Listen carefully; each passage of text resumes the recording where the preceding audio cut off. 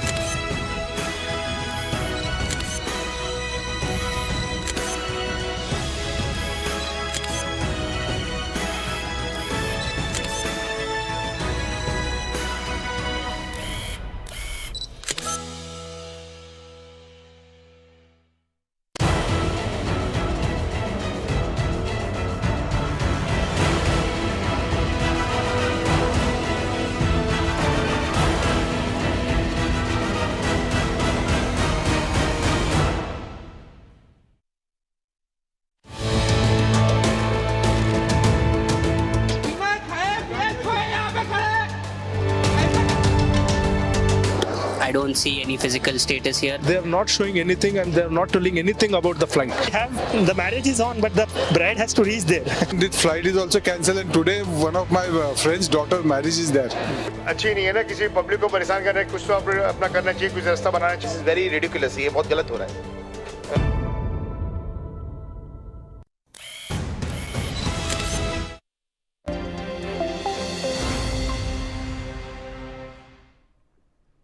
Hello and welcome. You're watching NewsX with me, Malvika. Some major news coming in at the top of the hour. In a heartbreaking development, a gruesome rape has taken place in Gujarat. A 6-year-old girl was attempted to be raped. When the accused failed, he inserted a rod into her private parts. The girl has been admitted to a hospital in Rajkot. Police interrogated approximately 100 suspects to identify the accused. He was later identified as Ram Singh Ter Singh and arrested.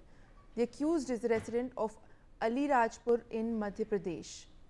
My colleague Jatin Rawal is joining us to give us more information. Jatin, ये काफ़ी बड़ा हादसा हुआ है मध्य प्रदेश में, जो हमें इस वक्त खबर आ रही है, और जो अक्यूज़ड है उसकी अरेस्ट भी हो गई है। वो मध्य प्रदेश का रहने वाला इंसान था। इस वक्त आपके पास क्या डिटेल्स आ रही हैं, क्या कार्यवाही की जा रही है इस केस में?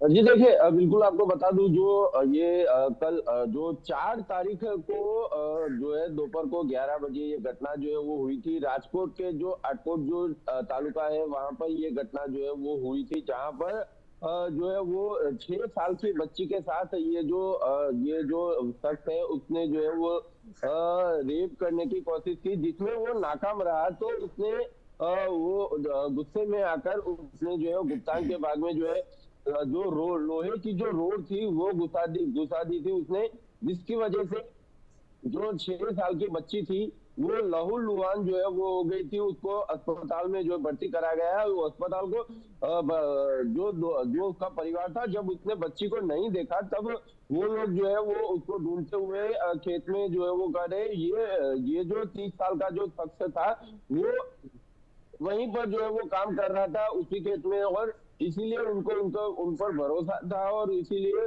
उन्होंने बच्ची की देखभाल भी पहले जो है उसकी बच्ची को ढूंढा भी नहीं, लेकिन काफी देर से जब बच्ची नहीं दिखाई दी तब उसको ढूंढने की कोशिश जो है उनको की। तब उसके बाद ये जो बच्ची है लहूलुहान मिली, जो खेत के पास तालाब था वहां पर बच्ची जो है लहूलुहान मिली। उसको फिर जो है वो जनाना जो राजकोट हॉस्पिटल है वहां पर उसको जो है वो ले जाया गया। अभी फिलहाल बच्ची की हालत जो है वो काफी गंभीर है, लेकिन पुलिस ने जैसे ही परिवार ने पुलिस में जो तुरंत ही जांच कर दी। पुलिस ने जो राजकोट के जो ग्रामीण जो SP है विजय सिंह गुर्जर, उन्होंने 10 टीमें बनाकर आरोपियों की तलाश जो है तुरंत ही शुरू कर दी।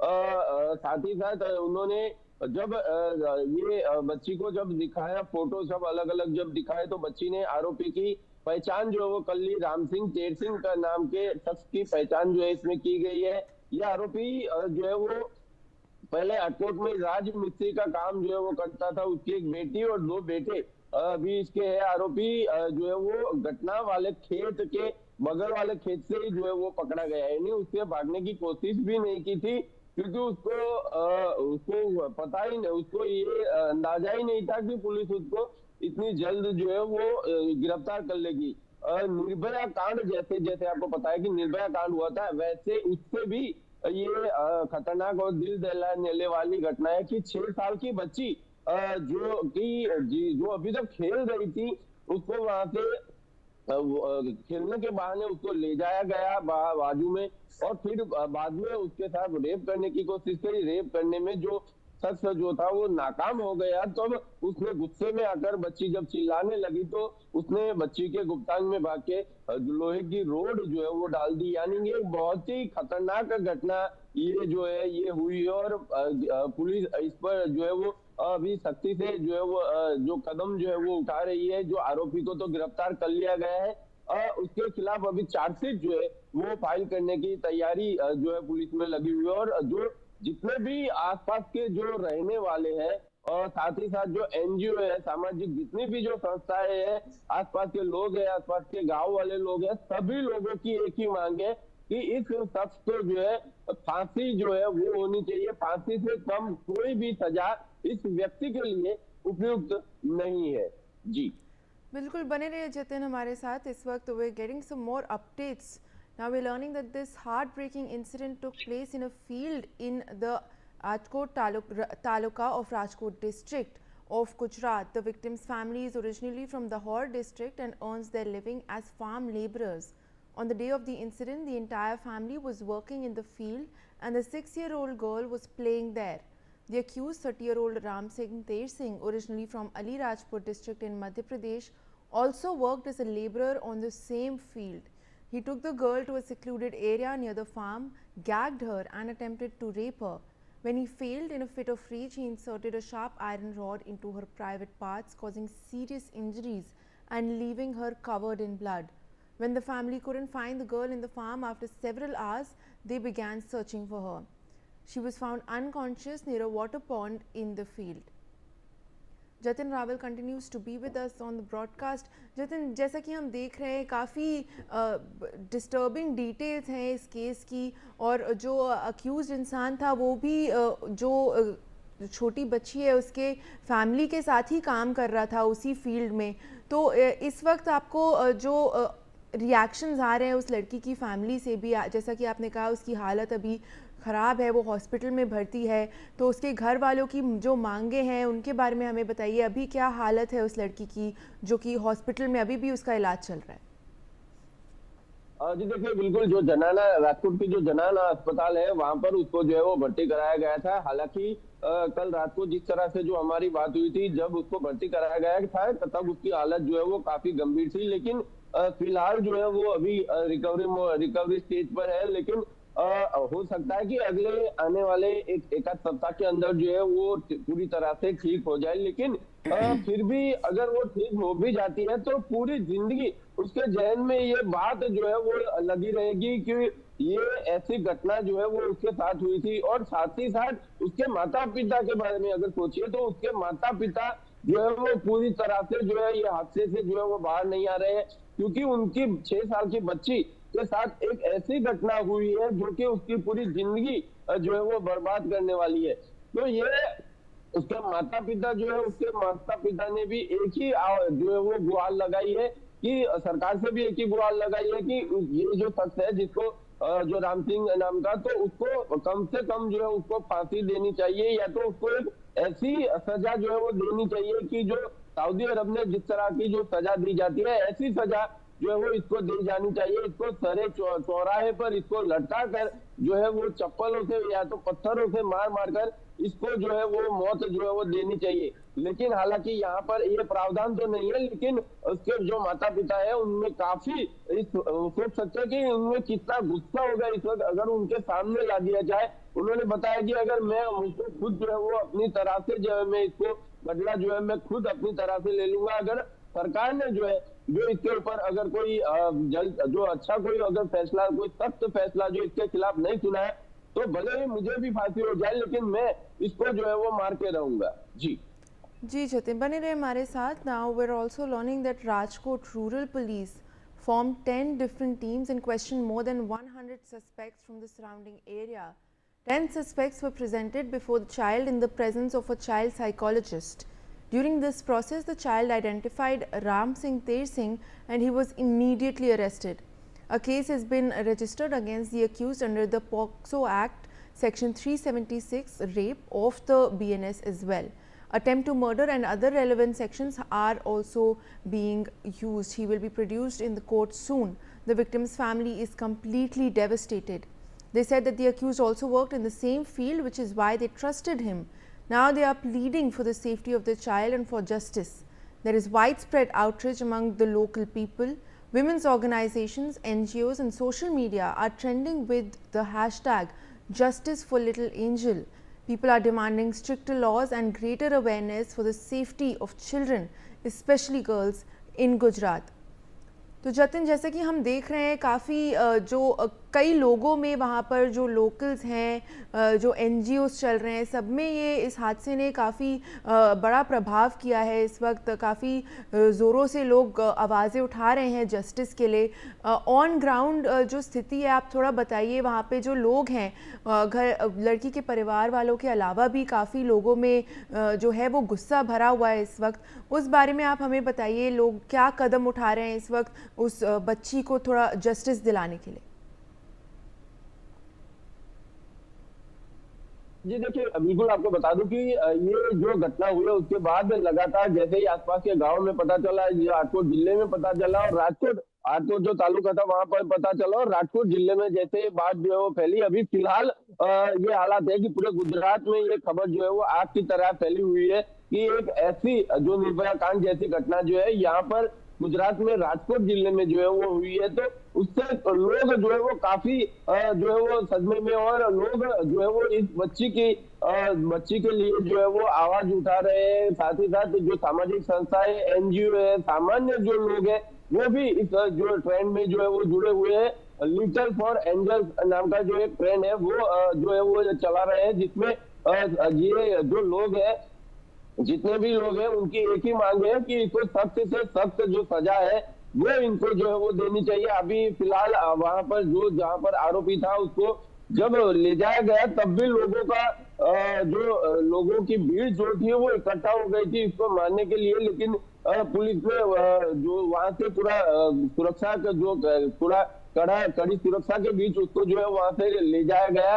वरना पुलिस जो भीड़ ने कहा कि इसको हमको थोड़ी देर के दे दीजिए, हम इसका न्याय जो है, इसको बच्ची को न्याय हम यहीं पर जो है वो दिलाएंगे, क्योंकि कोर्ट के चक्कर में अगर ये पड़ेगा तो ये काफी लंबे समय तक जो है वहीं पर पड़ा रहेगा। लेकिन इसको थोड़ी देर के लिए हमको दे दीजिए, बच्ची को न्याय जो है वो हम यहाँ पर ही दे देंगे। क्योंकि भीड़ जो है वो भीड़ के जहन में अभी भी ये निर्भया कांड जैसी जो घटना यहाँ पर राजकोट में हुई उसको लेकर काफी लोग जो है वो अभी भी सदमे में, और इसी वजह से लोग लगातार इस ट्रेंड से जो है वो दूर चले जा रहे हैं। साथ ही साथ बच्ची को न्याय दिलाने के लिए लोग जो है अभी सड़कों पर जो है वो उतरने वाले हैं। तो काफी सारे लोगों ने बताया कि अगर थोड़े ही दिनों में अगर बच्ची को न्याय नहीं मिला तो इसके खिलाफ जो है वो रैली की जाएगी। साथ ही साथ जो गांधीनगर तक भी ये बात जो है वो पहुंचेगी और गांधीनगर जो सत्याग्रह छावनी है वहां पर भी जो है वो लोग इकट्ठा होंगे। यानी कि ये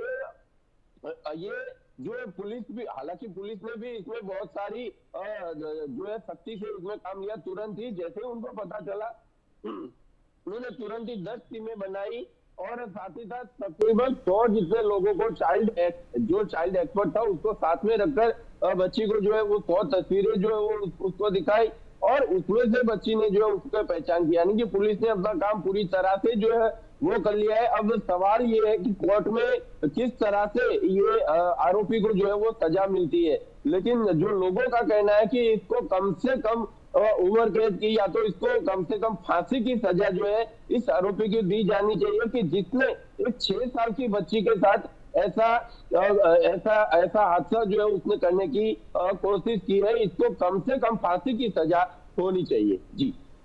जी जितिन, जैसा कि आपने बोला पुलिस ने काफ़ी जल्दी एक्शन लिया, काफ़ी सख्त कार्यवाही भी हुई है। उन्होंने 100 लोगों को क्वेश्चन किया है, 10 टीमें बनी थी जिसके बाद ये अक्यूज़ का अरेस्ट हुआ है। इस वक्त क्या कार्यवाही चल रही है, उनकी पेशी कब तक हम एक्सपेक्ट कर सकते हैं और केस को किस तरीके से आगे लेकर जाया जा रहा है? जी देखिए, बिल्कुल आपको बता दूं, आरोपी को जो है हो सकता है कि आज या कल जो है उसको अभी आरोपी की पूछताछ जो है अभी भी जारी है कि वो उसने ऐसा क्यों किया। उसके भी 3 बच्चे हैं और हो सकता है कि आज दोपहर के बाद शाम को या तो फिर कल सुबह में उसको जो है वो कोर्ट में पेश किया जाए। उसके रिमांड हो सकता है कि मांगे जाए। इसमें हालांकि इसमें अब पूछताछ में सारी डिटेल जो है वो सामने आई जाएगी, तो अब हो सकता है कि रिमांड कम मांगे जाएंगे, लेकिन उसकी पूरी चार्जशीट जो है वो बनाने की एसपी से जैसे हमें बात हुई थी, चार्जशीट बनाने की तैयारी जो है उसको की जा रही है। ऐसी मजबूत इसकी चार्जशीट एसपी ने बताया कि वो बनाएंगे कि इसको जो है वो मैक्सिमम से मैक्सिमम सजा जो है वो हो सके, जिसकी वजह से जो बच्ची है 6 साल की उसको पूरी तरह से न्याय मिल सके। उस तरह की चार्जशीट बनाने के लिए पुलिस जो है वो फिलहाल लगी हुई है। सारी जांच अभी वहां पर अभी भी चल रही है जहां पर ये घटना हुई थी। अभी भी पुलिस वहां पर जो है वो जांच कर रही है। उसके जो सबूत है वो इकट्ठा करने में अभी भी पुलिस जो है वो जुड़ी हुई है और इसकी चार्जशीट हो सकता है कि कुछ ही आने वाले समय में इसकी चार्जशीट तैयार करके इसको पूरी तरह से ये केस को कोर्ट में रखा जाएगा और मजबूती से इसके ऊपर जो है वो जैसे एसपी ने बताया कि इसको ज्यादा से ज्यादा सख्त से सख्त सजा दिलाने के लिए प्रयत्न जो है वो पुलिस के द्वारा जो है वो किए जाएंगे। जी बिल्कुल Jatin, thank you so much for joining us with all of those details. Let's shift focus now to the Goa fire tragedy.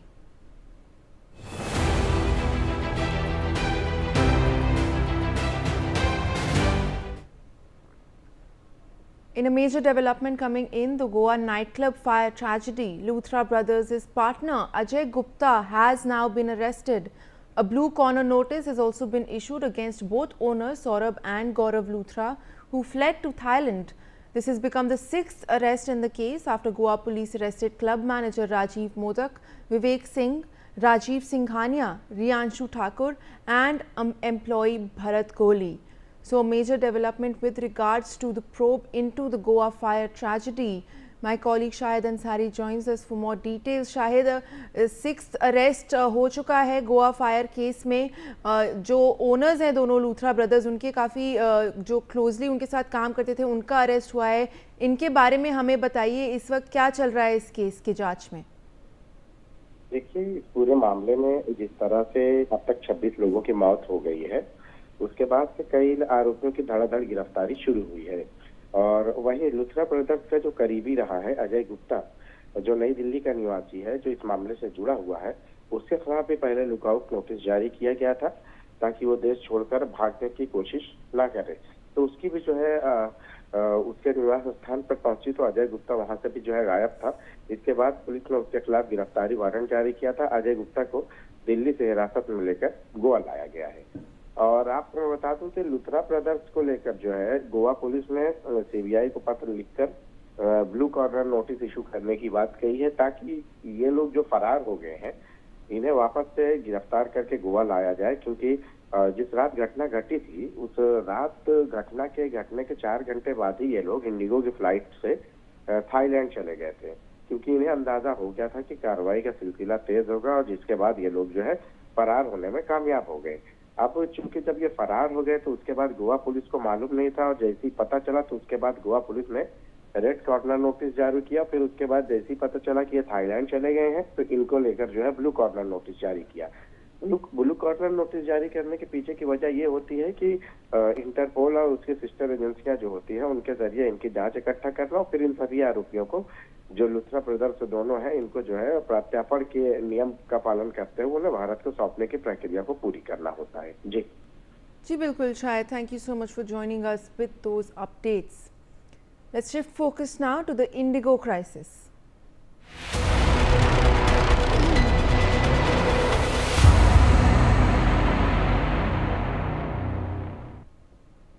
The Indigo crisis that continues to cause trouble for passengers into its 9th day. Now in breaking news coming in, the government has taken action against the airline, ordering a 10% reduction in flights. The same slots will be given to other airlines. Meanwhile, the DGCA has directed Indigo to submit a new schedule by 5 PM on the 10th of December, that is today. My colleague Brian Thomas joins us to give us more details. Brian, after a 5% reduction, now we're learning that 10% of Indigo flights have been ordered to be reduced. Take us through the government's and the DGCA's latest directive. The government has stepped in and ordered Indigo to cut its total flight operations by 10%, which is another significant scaling down from its earlier scheduled flights. Not only that, as part of the move, also the flight slots freed from Indigo's trim schedules are to be reallocated to other airlines, giving competitors a chance to step in also. Clearly, even like you mentioned, yes, the DGCA has also directed Indigo to submit a revised flight schedule by today, 5 p.m. Wednesday itself, and this reduction also underscores how serious the disruption in Indigo has become, and authorities are even not trusting the airline to self-correct and have taken a decisive control, aiming to stabilize the nationwide air travel network and even give other carriers a chance to absorb stranded passengers. Yes. Well, of course, Brian, stay on with us. We're getting some more updates. Now, in an update on flight cancellations, more than 422 of the company's flights were cancelled on Tuesday, the 9th of December. Nearly 5,000 flights have been cancelled across the country in the last 8 days. There is now, in fact, a special Indigo crisis in Bihar. The honeymoon tours of 650 couples have been cancelled. According to claims, passengers spent ₹1 lakh to book a flight to Port Blair, and now they are not getting their money back. Brian Thomas continues to be with us. Well, Brian, we're seeing that despite the DGCA's directive, some people are still claiming that they've not received refunds, and flight cancellations continue as well. Do you have any information on any such cancellations or delays if they are continuing today as well? Well, yes, clearly, as of yesterday itself, there were 422 flights cancelled, and today also there are chances that there will be cancellation. But yes, it's still 8:20 now. As the day progresses, we'll get to hear more of these cancellations and delays itself. And again, over the past 9 days also, nearly 5,000 flights across the country were called off, which is a massive disruption affecting tens and thousands of passengers itself. Now again, the honeymoon trips for about 650 couples from Bihar were cancelled. We've been talking to many such people, families on ground to understand how dire the situation is. There were many families who had to meet their loved ones. But again, they were stranded nowhere. The refund process was not happening. They were not getting, even if they were getting an alternate flight, that flight, if it was a 2-hour journey, they're making it here. They've been getting an alternative for a via flight, which is taking them more than 10 hours, 12 hours to reach one destination. So clearly the situation looks extremely grim, and today also there are chances that there would be much cancellations and delays itself that the people would be anticipated by, yes. Well, absolutely, Brian. Stay on with us. We're getting some more breaking news coming in. Now, after an order by the central government, IAS officers have been deployed at 10 major airports to assess the current situation. These senior officials will investigate the problems passengers are facing currently. Well, Brian, take us through the details of what the government is now doing in order to ensure that passengers don't face more difficulties.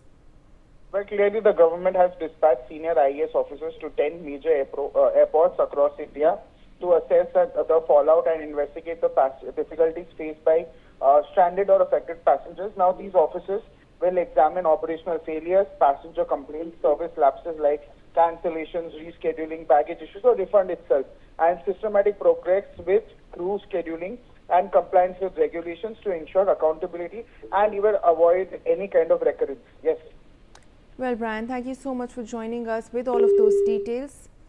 Let's shift focus now to some more breaking news that is coming in. A sleeper bus truck collision has taken place in Fatehpur Shekhawat, leaving 3 dead and 7 critically injured. During the incident, passengers from Gujarat were going to Khatu Shyamji. According to reports, the sleeper bus was travelling from Bikaner towards Jaipur, while the truck was going from Jhunjhunu towards Bikaner. The collision was so severe that the front of the bus was completely destroyed. Several passengers were trapped in their seats. After the accident, there were screams and cries at the scene. Vehicles passing on the highway stopped, and local people immediately informed the police and ambulances. Rescuing the trapped passengers from the bus was a difficult task. The injured were immediately taken to the hospital. Several teams of doctors are involved in their treatment. And you can see those visuals coming in on your screens as well. I'm being joined by my colleague Abhishek Singh to give us more details. Abhishek, take us through this accident, major collision that has taken place. We're learning that at least 5 people have died in this accident, in another accident involving a sleeper bus that we're seeing just playing out right now on our screens.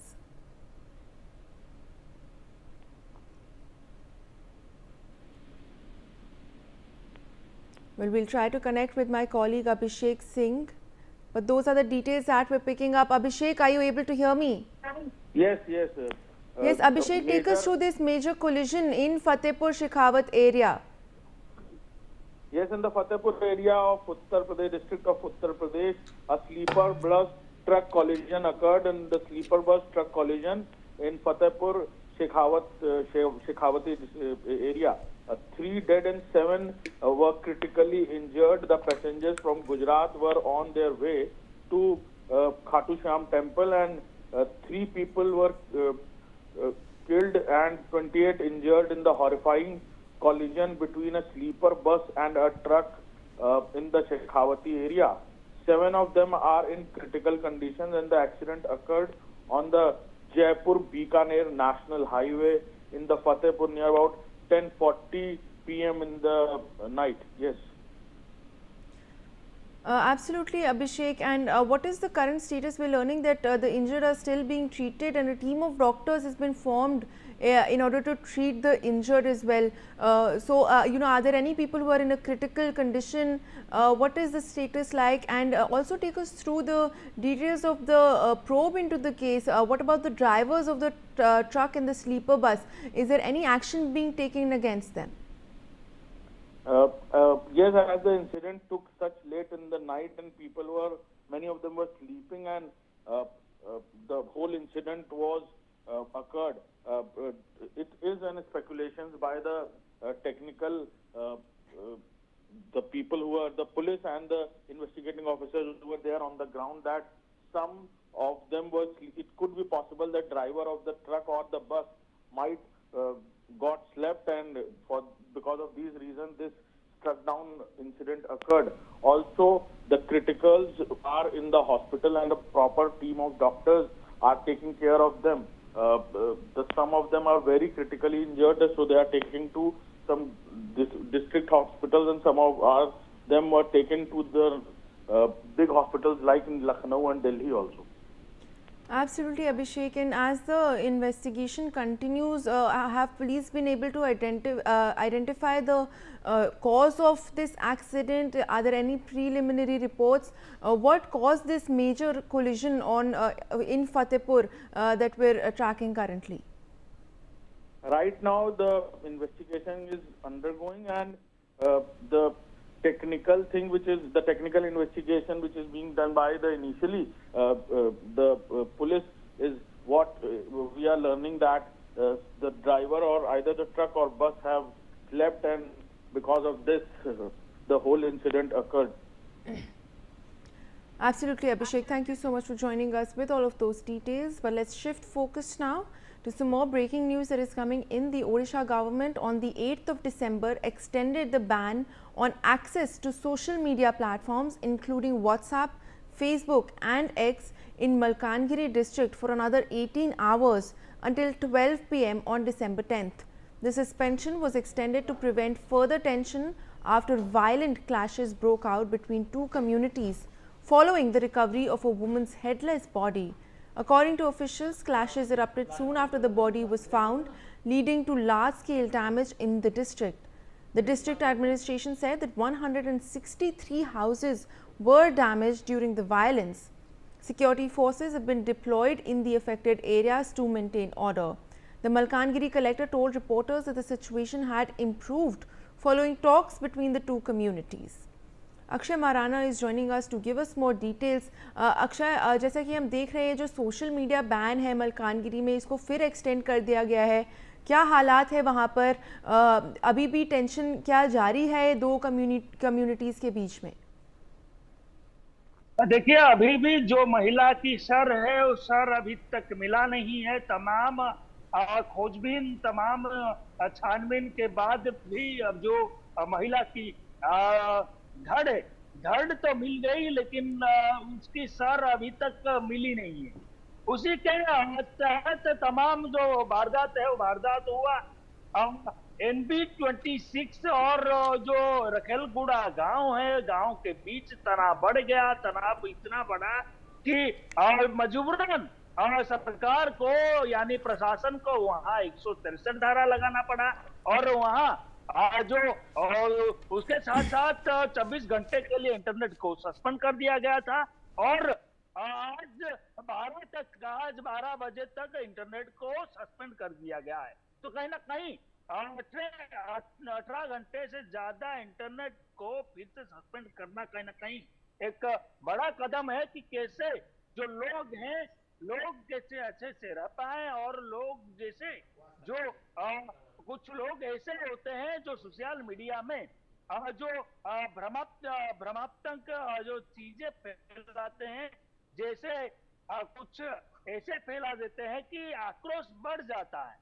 तो उसी को prevent करने की जो कोशिश है सरकार की कि कैसे लोग ज्यादा आक्रोश ना फैला पाए, उसी के तहत तमाम जो सोशल मीडिया के प्लेटफॉर्म है उसको बैन कर दिया गया है, उसको बंद कर दिया गया है। उसी के साथ साथ इंटरनेट को भी बंद कर दिया गया। तो कहीं ना कहीं अब सवाल ये है कि इन दोनों गांव के बीच कब शांति फिर से बहाली होगी, कब फिर से जो तमाम स्थिति है, स्थिति में सुधार आएगी। तो कहीं ना कहीं अब धीरे धीरे वहाँ जो स्थिति है अब धीरे धीरे सुधर रहा है।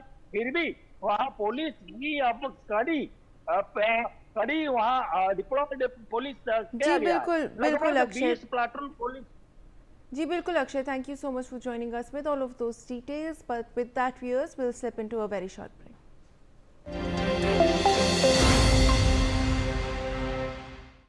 Co-powered by PolicyBazaar.com। Her family होगी इंश्योर्ड। यार सोच रहा हूँ पॉलिसी बाजार से टर्म लाइफ इंश्योरेंस ले लेता हूँ ताकि मेरे बाद फैमिली को पैसों की कमी ना। तू भी ले ले यार, अभी तो यंग है यार, बाद में देखते हैं। आजा। पॉलिसी बाजार पर 0 GST के साथ अब 1 करोड़ का टर्म लाइफ इंश्योरेंस सिर्फ 400 रुपए महीने से शुरू।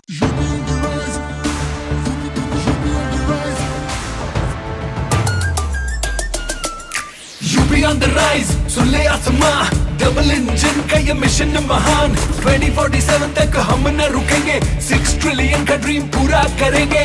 मथुरा की गलियों में गूंजे है राधा, अयोध्या में दूर हुई मंदिर की बाधा, काशी प्रयागराज की गोल्डन चमक, यूपी सरकार की गूंजे धमक। सड़कों पर फर्राटा फिक्रलेस बिल्कुल बिंदास, एक्सप्रेस वे पर साए साए पूरा विश्वास। विकसित यूपी की बढ़ गई प्यास, 2047 का ये विजन बहुत खास। माफिया का दी एंड, फियर गॉन, योगी राज में लॉ एंड ऑर्डर हुआ स्ट्रॉन्ग। बेखौफ घूमे जनता, गुंडों पर मार, नया यूपी तोड़ रहा पुरानी दीवार।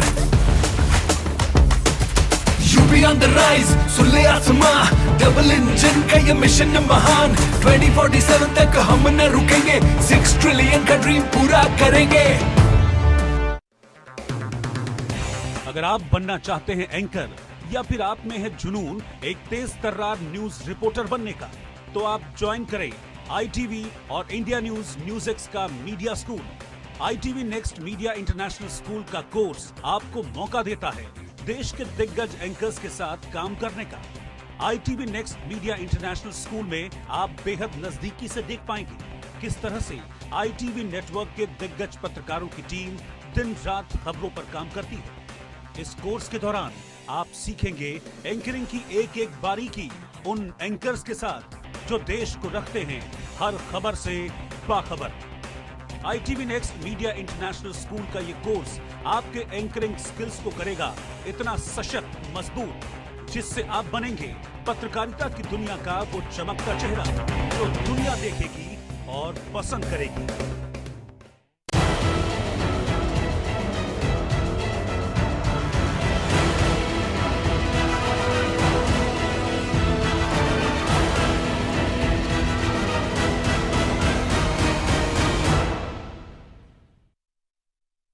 25 लाख का हॉस्पिटल बिल है, इतने पैसे कहाँ से आएंगे? पैसों की चिंता आप मत कीजिए पापा। मैम, सर का हेल्थ इंश्योरेंस क्लेम अप्रूव हो गया है। हाँ, पॉलिसी बाजार। पॉलिसी बाजार पर 0 GST के साथ अब 1 करोड़ का हेल्थ इंश्योरेंस सिर्फ 550 रुपए महीने से शुरू।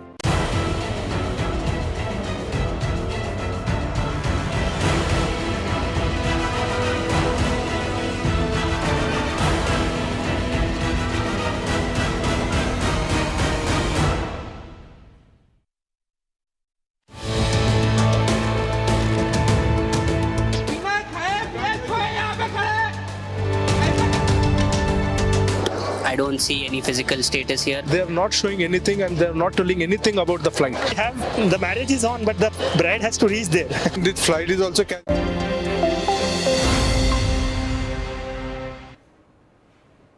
Welcome back. You're watching NewsX with me, Malvika. In a heartbreaking incident, a gruesome rape took place in Gujarat's Rajkot.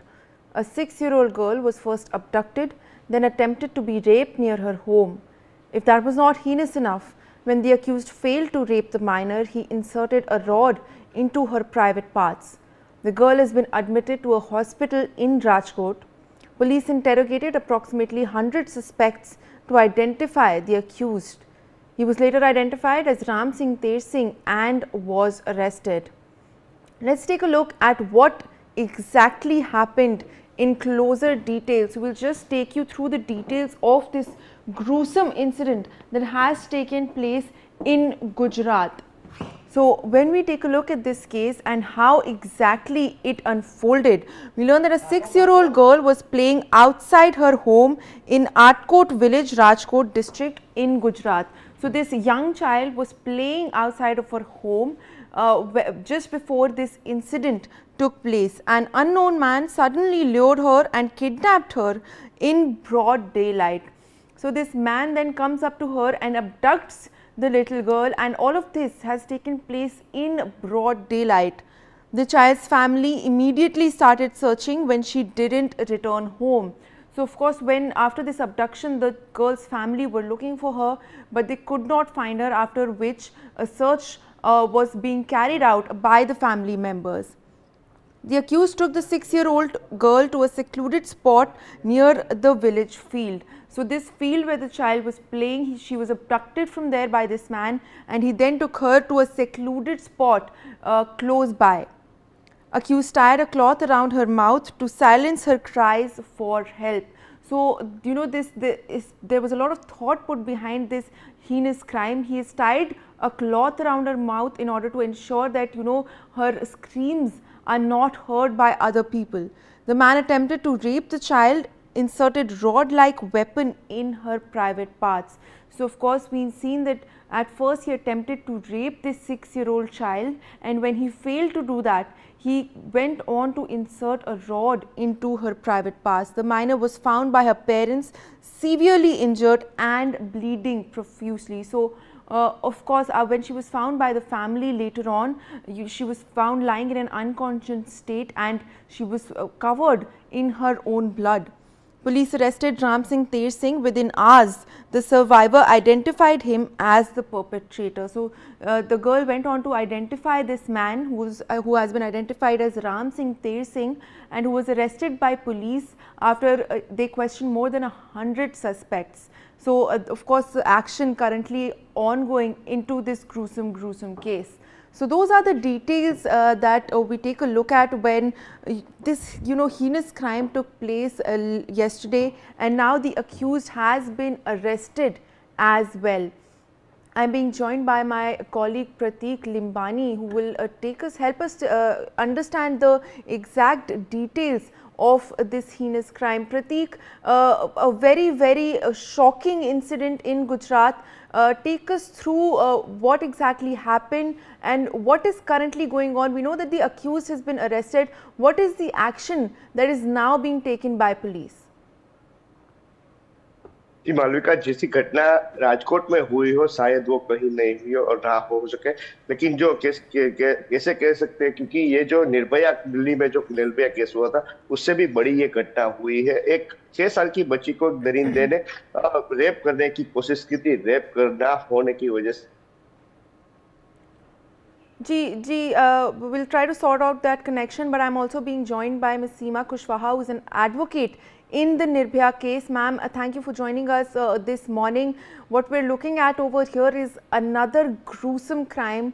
A 6-year-old child, an attempted rape of a 6-year-old child, and when this man has failed to carry out this crime, he has went on to insert a rod into the child's private parts. When you take a look at such cases and how they are still continuing to be carried out, you know, what is your first reaction when you look at this heartbreaking incident? After only five days के बाद 16th of December आने वाला है, 13 साल हो जाएंगे निर्भया के साथ। 16 दिसंबर 2012 को इस तरीके का क्राइम हुआ था। 13 साल बाद भी ऐसे लगता है मेरा देश, यहाँ के लोग उसी जगह खड़े हुए हैं। 6 साल की बच्ची के साथ इतना हीनियस क्राइम, माइंडसेट क्यों नहीं बदल रहा है? कानून का प्रॉपर इम्प्लीमेंटेशन क्यों नहीं है? हमारी बच्चियां सेफ और सिक्योर क्यों नहीं हो पा रही हैं? हम तब भी निर्भया के लिए लड़ रहे थे, आज भी निर्भया जैसी हमारी बच्चियों के साथ हालात हैं। तो ये बहुत बड़ी बात है, सोचने वाली बात है। हमारी बेटियां सेफ सिक्योर रहेगा। वो व्यक्ति, वो एक्यूज उस बच्ची को उठा करके ले गया है खेत में, उसने उसके साथ रेप करने की कोशिश की, वो बच्ची चिल्लाई, वो सक्सेस नहीं हुआ तो उसने उसके प्राइवेट पार्ट में रॉड डाल दी। इतना ये दर्दनाक घटना है और मुझे लगता है कि एक बार कलेक्टिवली पूरे देश को, चाहे हमारी पॉलिटिक्स हो, चाहे हमारा एडमिनिस्ट्रेशन, पुलिस और स्पेशली जुडिशियल रिफॉर्म की बहुत जरूरत है। क्योंकि अभी हम सुन रहे हैं सुप्रीम कोर्ट ऑफ इंडिया ने रिसेंटली 2 दिन पहले ही इलाहाबाद हाई कोर्ट के एक जस्टिस ने जो जजमेंट दिया था कि एक बच्ची के साथ अगर क्राइम होता है, उसके प्राइवेट पार्ट्स को टच करना, उसके नाड़े को खोल देना, ये सब अटेम्प्ट टू रेप में भी नहीं कंसीडर किया उन्होंने। तो ये जो इंटरप्रिटेशन है, जो माइंडसेट है, जो मैसेज जुडिशरी को देना चाहिए, जो पुलिस को सेंसिटिवली वर्क करना चाहिए, ट्रांसपेरेंसी के साथ करना चाहिए, फास्ट ट्रैक कोर्ट्स होने चाहिए, कन्विक्शन रेट बढ़ना चाहिए, हम वो डिटरेंस वाला मैसेज डिलीवर करना चाहिए, वो कुछ भी नहीं हो पा रहा है। आज भी स्टिल हम वहीं खड़े हुए। कन्विक्शन रेट हमारी कंट्री में 30% से 25 to 30%। तो जो 100 क्राइम्स हो रहे हैं उसमें से वो 70% लोग कहाँ हैं? वो तो बाहर घूम रहे हैं, वो बच जा रहे हैं। और जिनका कन्विक्शन भी हो रहा है, मुझे लगता है उनका कन्विक्शन 7 साल बाद, 8 साल बाद, 10 साल बाद। निर्भया के साथ दिल्ली की राजधानी में रात को 8 बजे क्राइम हुआ था उस बेटी के साथ। 7 ईयर लग गए। पूरा देश आग बबूला था कि नहीं, इस बेटी को जल्दी से जल्दी जस्टिस मिलना चाहिए। लेकिन मुझे लगता है हम भूल जाते हैं और इसीलिए आए दिन इस तरीके के क्राइम्स होते हैं और फिर हमारी बेटियां, अगेन हम चर्चा कर लेंगे, अगेन हम सारा डिबेट डिस्कशन सब कुछ होता है, फिर हम भूल जाते हैं।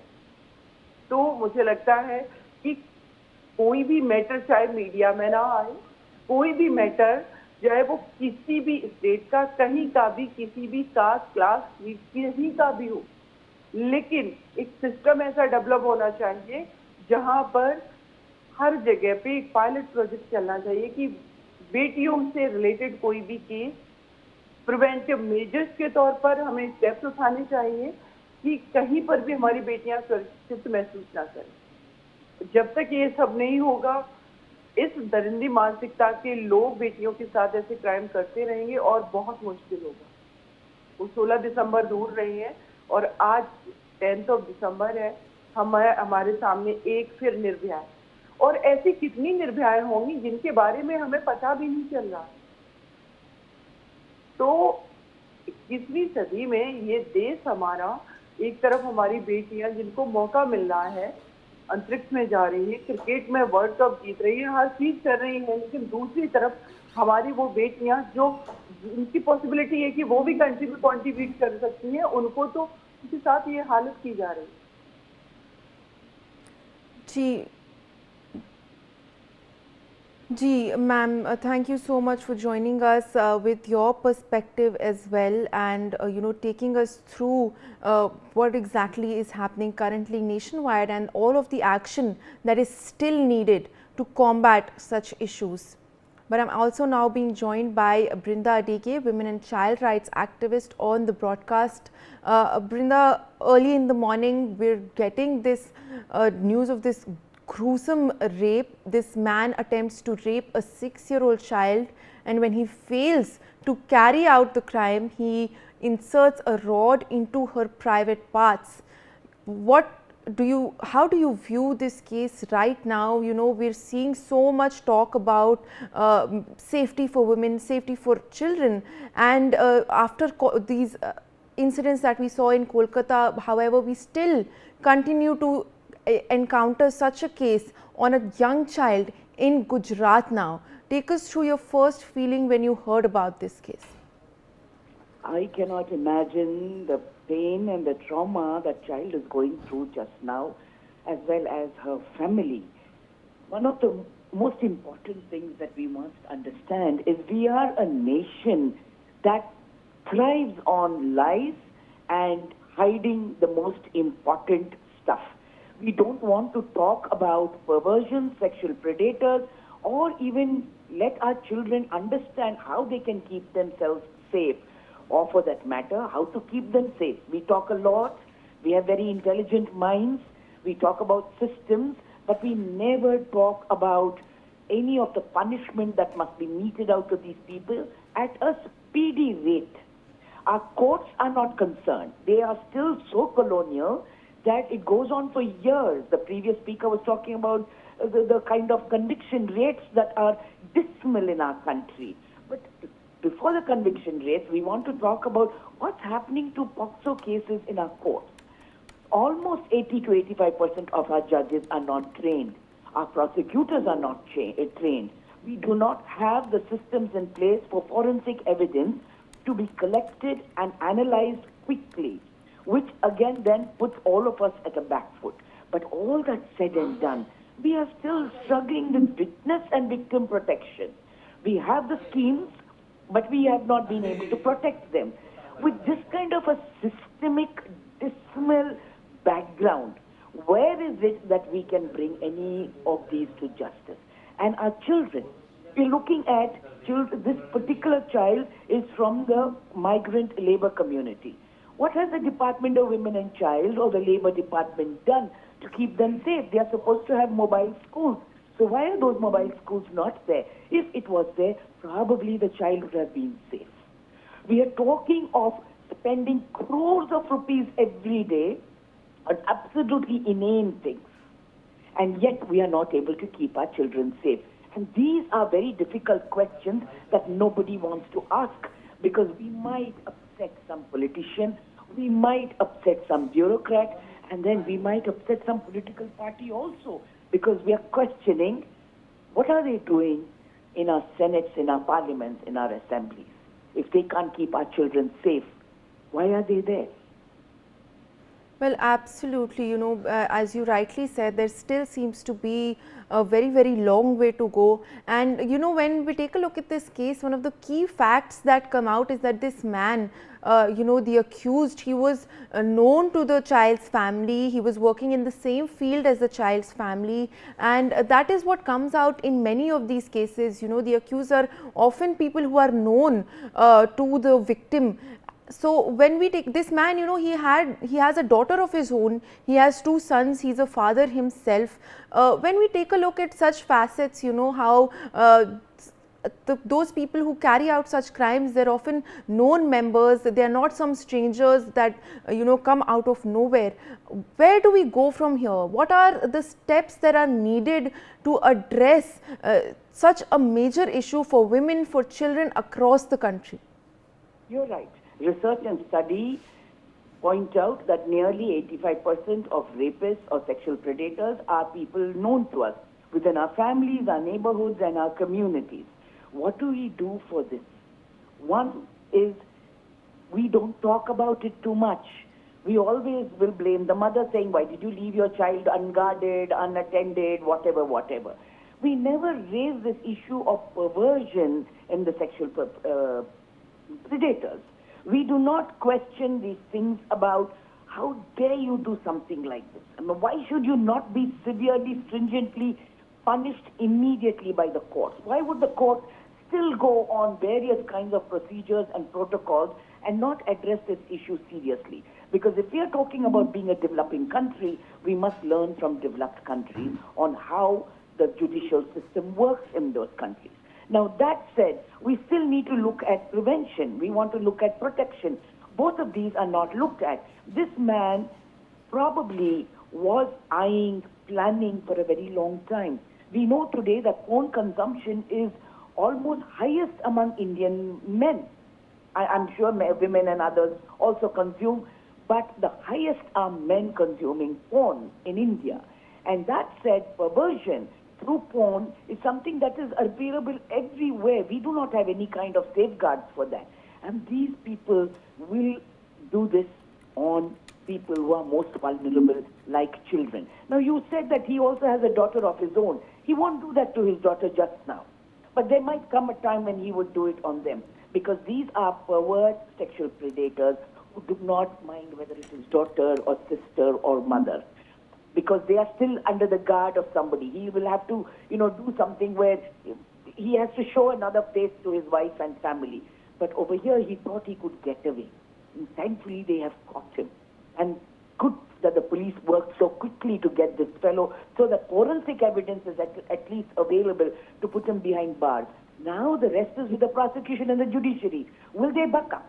Will they really go through with the Justice Verma Commission for speedy trial and speedy penal action? Because we never question the prosecution and the judiciary. They literally seem to be holy cow, if I might use that phrase. We don't question them. We don't challenge them. We don't ask them, why would you not go through with the law? Why is it that you will go on giving date after date, allow the defense lawyer to take the case forward, knowing that it's not going to go anywhere, and there is a child who needs support, who needs to bring this perpetrator to justice. So we must ask these questions. I'm so glad that your TV channel NewsX is taking this up seriously. I hope that everybody raises a hue and a cry so that our government starts functioning. And we are not asking charity or benevolence from them. Just that whatever the Justice Verma Commission is talking about, has talked about, put it on paper, follow through with it. You cannot make excuses that we have no money. We are not a poor nation. So don't make those excuses. Our children need to be safe. Absolutely, Brinda. I would request you to please stay on with us. We're also currently being joined by Ms. Mumtaz Patel, who is a political leader and the daughter of Ahmed Patel. Ma'am, thank you so much for joining us. Horrific crime that has taken place in Gujarat, and this attempted rape of a 6-year-old child, and this man has gone on to insert a private rod into her iron rod into her private parts. When we take a look at such a case, it's been almost 13 years, more than 13 years of the Nirbhaya case. How do we ensure the safety of our women, our children, when cases such as this are still taking place, and we're seeing this crime unfold over there in Gujarat, where this man has gone on to make such an attempt on a 6-year-old child? It's absolutely shocking. And exactly a year ago, I remember I remember waking up to another news in Bharuch of a 10-year-old. She ultimately succumbed to her injuries and died. And we also saw another incident in Dahod. So there has been a very disturbing rise in these child assault cases, especially coming from Gujarat. And, as a society, I think we fail. As governments, we fail. And it's just a very grim reminder that, there is a very, very urgent need for child safety measures. There has to be more community awareness. I've spoken about it so many times in the last few years, because every time, rape case happens, especially with little children, it just shows that there is some rot in society.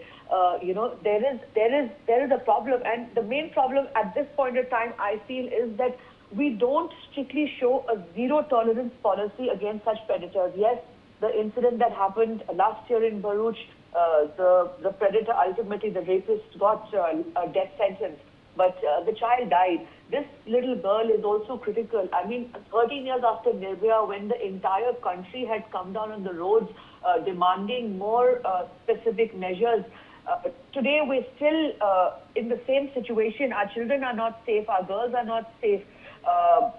It's just shocking, and more needs to be done. There is definitely no awareness still, and the fact that these guys get away, I think somewhere there is a problem within our system. Absolutely, ma'am. And you know, despite all of these steps that are being taken, we saw capital punishment being handed out to the accused in the Nirbhaya case, although that also came after quite some time. Now recently we've seen horrific cases in Kolkata as well, and now this.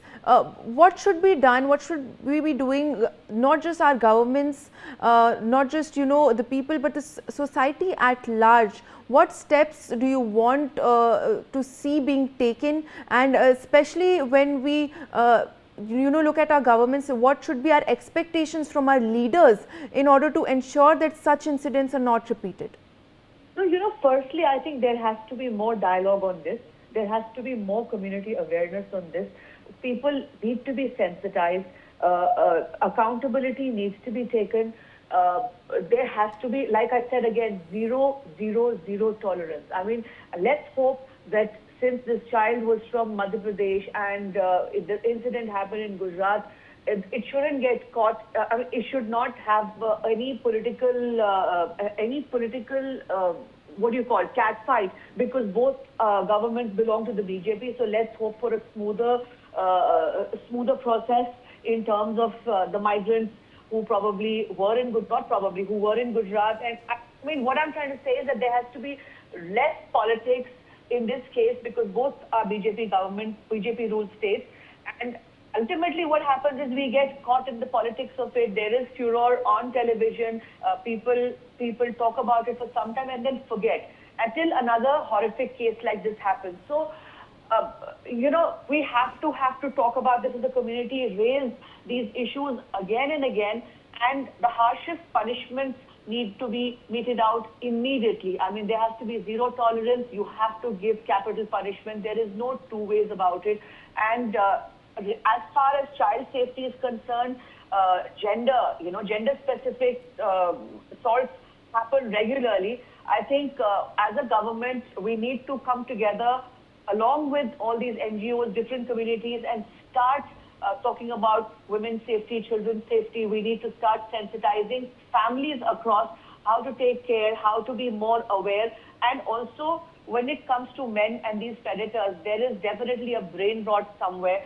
There is something wrong as a society that these people still have a mindset where they think like monsters. I mean, they don't even think. I think it's not even that they think like monsters. Probably they don't think before committing an act like this. So where are we going wrong? We need to figure this out as a society. Absolutely, ma'am. Thank you so much for joining us and speaking about this very, very important issue. We have Brinda Rige, who is still with us on the broadcast. Brinda, I would just like to come back to you for, your thoughts on this, your demands currently. What do you want to put out as a demand to our leaders and to society as large when we take a look at preventing such heinous crimes being carried out with any other woman, with any other child? The most important thing is to have a team, especially a team of doctors and police and counselors who will work together.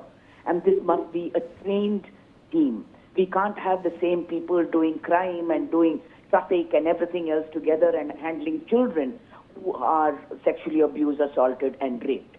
We then want to have more prosecutors who are appointed by the government and again trained specifically to address these cases and bring these cases to court properly before the judiciary. And the judges, of course, need to be also trained. There are very few judges now, and they oscillate between taking up regular cases and then coming to the POCSO courts. So we must have special courts which are there, but they also double up as the other civil courts. So we want that to be taken into consideration seriously, because we know the cases of POCSO are many, and very few come to court. And that also is our society, patriarchal and all of those things. But we want to look at prevention and protection. So that team must be also consisting of civil society organizations and the counselors and the police and all of them.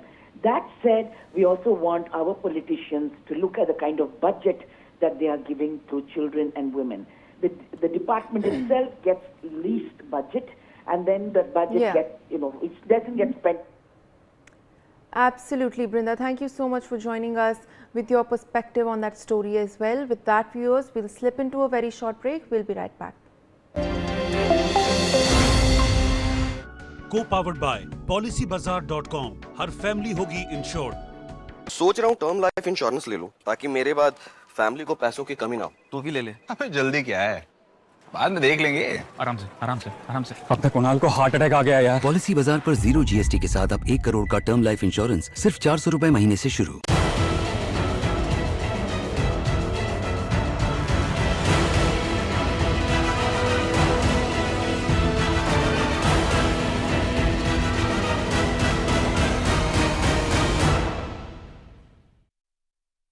$25 lakh का hospital bill है, कितने पैसे कहाँ से आएंगे? पैसों की चिंता आप मत कीजिए पापा। मैम, सर का हेल्थ इंश्योरेंस क्लेम अप्रूव हो गया है। आप?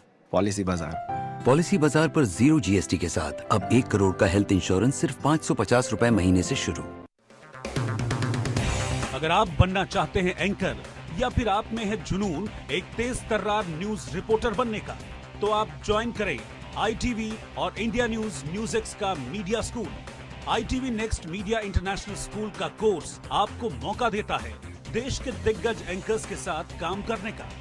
ITV next media international school में आप बेहद नजदीकी से देख पाएंगे किस तरह से ITV नेटवर्क के दिग्गज पत्रकारों की टीम दिन रात खबरों पर काम करती है। इस कोर्स के दौरान आप सीखेंगे एंकरिंग की एक एक बारीकी। उन anchor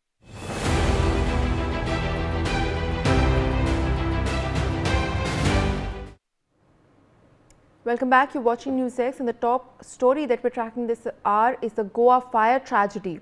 Goa police have now issued a blue corner notice through Interpol against the owners of Birch by Romeo Lane, the Arpora nightclub at the center of this tragedy. The main accused, Saurabh and Gaurav Luthra, along with partner Ajay Gupta, left the country within hours of the FIR. Investigators have confirmed the timeline. The Luthra brothers reached Delhi airport at 3 AM on Sunday and boarded Indigo flight 6E1073 to Phuket at 5:30 AM, only 3 hours after the fire. Goa DGP Alok Kumar says that this clearly shows their intent to evade the probe. A lookout circular has also been issued by the Bureau of Immigration. A Goa police team travelled to Delhi with arrest warrants and conducted raids at offices and homes linked to the accused, but they were not found. The investigation is widening. 5 people connected to the nightclub, including operational managers, have been arrested. 2 government officials have been suspended for negligence. DIG Varsha Sharma says that the owner's financial dealings and the NOC given to the club are under close scrutiny, and that the accused switched off their phones within hours of the probe beginning. Additionally, passport authorities have issued notices to the Luthra brothers asking them to explain within 7 days why their passports could not be impounded. They are currently suspected to be in Thailand. Let's in fact take a look at all of the arrests that have been made so far in the case, as authorities of course continue their search for the Luthra brothers. There have been 6 arrests made in the case so far, with a close aid of the brothers being arrested today. So let's look at the arrests. Of course, club's chief general manager Rajiv Modak, who was arrested on the 7th December 2025. This is right after the fire. Late night the fire took place, and the next day the manager of the club was arrested. Nightclub's general manager Vivek Singh, another general manager that was managing the Birch by Romeo Lane nightclub, who was also arrested on the 7th of December. So these are the two people that we're looking at so far who have so far been arrested. The third person is the bar manager of Birch by Romeo Lane, known as Rajveer Singhania, and he was arrested along with the others on the 7th as well. So apart from the two general managers, now the bar manager Rajveer Singhania has also been taken in for questioning. The nightclub's gate manager Priyanshu Thakur, who was arrested along with the others. So another manager, the gate manager Priyanshu Thakur, was arrested alongside the others on the 7th of December. So 4 people that we have looked at so far. Now the 5th arrest was the nightclub's additional manager Bharat Kohli. He was arrested on the 8th of December. So the next day, the additional manager Bharat Kohli was also arrested by the Goa police. Of course, questioning is still underway of the accused. Co-owner and Luthra Brothers' partner Ajay Gupta. Now this is the 6th arrest that has been made yesterday. Co-owner and Luthra Brothers' partner and close aide Ajay Gupta has also now been arrested. So of course, when we're taking a look at the probe into this heartbreaking tragedy wherein 25 people lost their lives, there have been arrests made by the police so far. 6 people have been arrested, including a close aide of the owners. However, the owners are still absconding. They are believed to be in Thailand. And what is also of course very important to note, a very important detail that we looked at, was the fact that they escaped merely 3 hours after the fire, which led to even the DGP stating that this was a very, very obvious attempt to evade questioning, to evade the probe, to evade any sort of action that could have been taken against them. And they are currently believed to be in Thailand. Of course, now the Interpol has gotten involved with the blue corner notice having been issued. Police are looking for details about the accused and their current location. People connected to the club, people connected to the owners are also being questioned and raided, as we saw.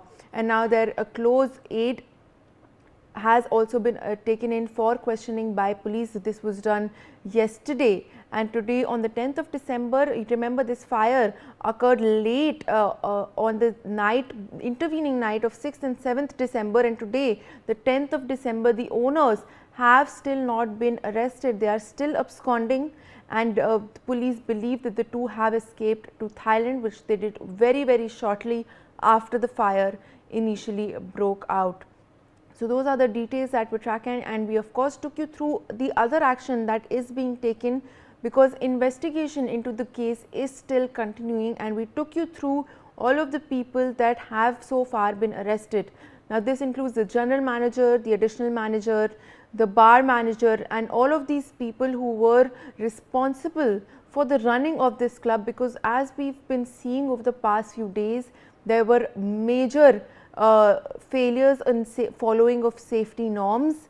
There was major lapses when it comes to how this club was functioning, how it was structured. Even the layout of the club made entry and exit very, very difficult to happen in the case of such an emergency. And the biggest question right now is that how could such a big club be functioning without any such measures in place in order to prevent such an incident breaking out. So those are the details that we're tracking for you, and we'll continue to take a closer look at the case. But let's shift focus now to some more news that is coming in. The business partner of the Luthra brothers, Ajay Gupta, is currently being held at the crime branch office in Sunlight Colony, Delhi. He will be produced in court shortly, and the Goa police will seek transit remand.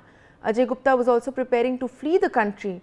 However, the police were on alert at the airport, so he deliberately admitted himself to a hospital in the Lajpat Nagar area, claiming to have a spinal problem. So, of course, we're looking at Ajay Gupta, who has also been arrested right now. My colleague Javed Hussain is joining us to take us through the details. Javed, जो ये सबसे latest arrest हुआ है इस Goa case में, उसके बारे में हमें बताइए. अभी क्या जांच हो रही है? हम बताया जा रहा है कि काफ़ी जल्द ही इनकी कोर्ट में पेशी भी होने वाली है. देखिए, अजय गुप्ता को गिरफ्तार कर लिया गया है और थोड़ी देर बताया जा रहा है कि कोर्ट में पेश करके गोवा पुलिस ट्रांजिट रिमांड पर अजय गुप्ता को गोवा ले जाएगी और गोवा में जो आग क्लब रेस्टोरेंट के अंदर आग लगी थी, जिसमें 15 से ज्यादा लोगों की मौत हुई। इस मामले में दिल्ली पुलिस और गोवा पुलिस ने लाजपत नगर से अजय गुप्ता नाम के एक शख्स को गिरफ्तार किया है। हालांकि अभी ज्यादा जानकारी अजय गुप्ता के बारे में नहीं दी गई, लेकिन ये बताया गया कि जो गोवा में जिस तरीके से आग लग, उसके बाद उसमें लोगों की मौत हुई, इस घटना में कई लोग जो है वो आरोपी हैं। इसमें पहले ही 4 से 5 आरोपी गिरफ्तार हो चुके हैं और गौरव लुथरा, जो कि इस वक्त ही इस घटना के बाद फुकेट यानी विदेश भाग गया है, उसको लेके भी LOC जारी कर दिया गया है। और दिल्ली पुलिस और गोवा पुलिस सौरभ और गौरव के लिए जो है वो इंटरपोल के में है, और जिसके लिए वो CBI से लगातार कोऑर्डिनेशन में है कि उसकी जल्द से जल्द गिरफ्तारी हो सके, उसके मूवमेंट को ट्रैक किया जा रहा है। वही दूसरी तरफ इस मामले में एक नई गिरफ्तारी हुई है, जिसमें अजय गुप्ता नाम के शख्स को गिरफ्तार किया गया है। बताया गया है कि ये गिरफ्तारी के डर से जो है इसने खुद को लाजपत नगर के एक अस्पताल में स्पाइनल प्रॉब्लम बताकर ये एडमिट हो गया था। जानकारी ये भी मिली है कि ये विदेश भागने के फिराक में था, लेकिन उससे पहले ही अजय गुप्ता को गिरफ्तार कर लिया गया और इस वक्त उसे साउथ ईस्ट डिस्ट्रिक्ट के जो क्राइम ब्रांच का सनलाइट का ऑफिस है, वहाँ पे फिलहाल अजय गुप्ता को रखा गया है। जी बिल्कुल Javed, thank you so much for joining us with all of those details. But we're shifting focus now to the Indigo crisis.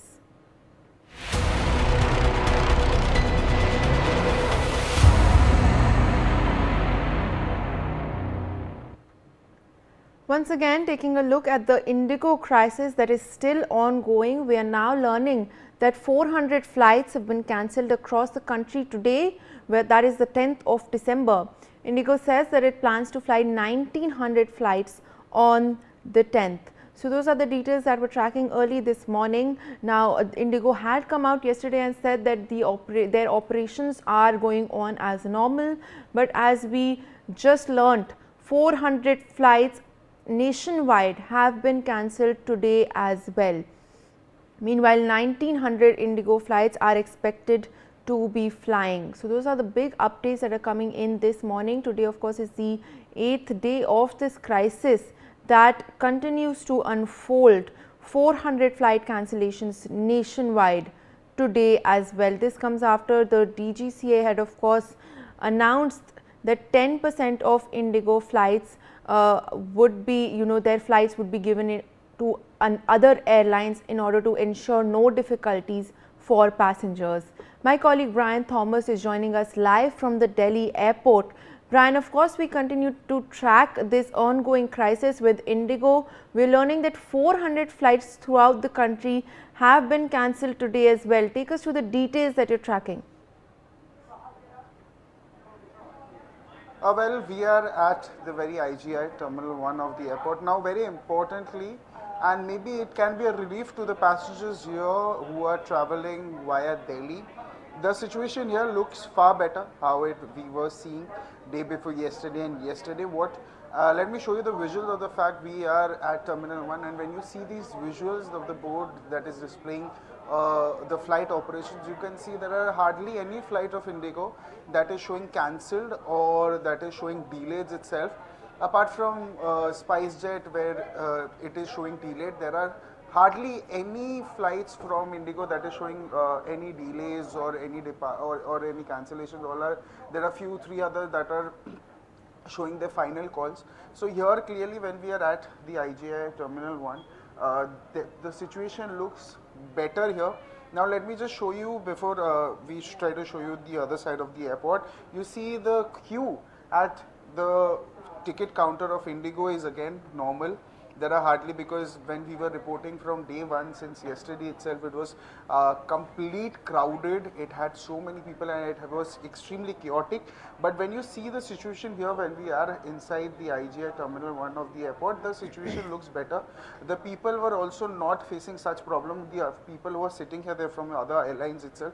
Now here also, this visual, when if we look back few days back, you could have seen, we were showing you a report that it was filled with tons and thousands of luggage but everything is again cleared and the luggages have been dispatched to the respective passengers itself. So clearly what we are showing you the visuals from IGI Terminal 1 of the airport, that people are not facing such problems here. The situation is gradually getting better, and when you see the board also you get an understanding the fact that yes, there are hardly any cancellations or there are hardly any delays by Indigo itself. There are 1, 2 that is from SpiceJet, that are two of these airlines of SpiceJet that are delayed itself, which is again a normal scenario. But if we talk about Indigo that we are tracking very closely, situation is better here. Yes. Absolutely, Brian. Please stay on with us. We're tracking some more updates. Now, the Airline Pilots Association of India, that is the ALPA, has been invited to Parliament by the Parliamentary Standing Committee to present its concerns on flight duty time limitations, pilot fatigue and growing safety risks in the aviation sector. In an official statement, the organization said ALPA India has been officially invited by the Parliamentary Standing Committee on Transport, Tourism and Culture to present pilots' concerns on FTTL non-compliance, duty time violations and operational stress. Brian Thomas, of course, still with us live from Delhi Airport. Well, Brian, we're now seeing that this issue will be raised in Parliament as well, and pilots' concerns with regard to this unfolding chaos will now be presented before Parliament. Take us through the details that we're tracking with regards to that as well.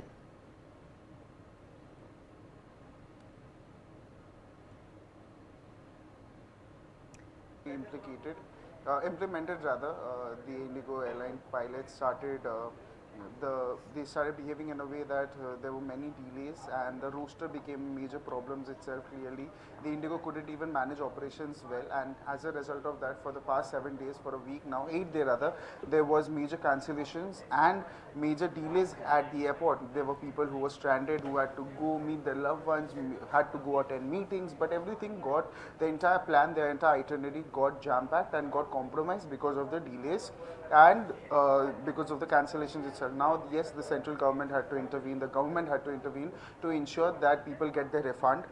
The flight status becomes normal. 10% of fleet corporations had also been cut down, and now clearly the pilots body are planning to raise this very issue, this very pertinent issue at the Parliament itself, clearly because of the norms of the rosters that has been built, what kind of relief that they should get that they are not getting. So clearly many such hectic schedules and many such operations where people are also, the pilots have been saying that they were experiencing fatigue also as a result of that. The flight departures were getting compromised itself, and as a result of that the people, the viewers, the audience, the flyers were facing the major wrath of it. And now yes, clearly the pilots body are set to brief and set to send their message, send their their problems to the Parliament itself. Yes. Absolutely, Brian. Please do stay on with us. We're looking at some more breaking updates coming in. Chhattisgarh Civil Society has sent a notice to Indigo demanding a fine of rupees 9,000 crores. According to the notice, Indigo must pay passengers 10 times the ticket price as compensation for the inconvenience caused. The compensation is to be paid within 5 days.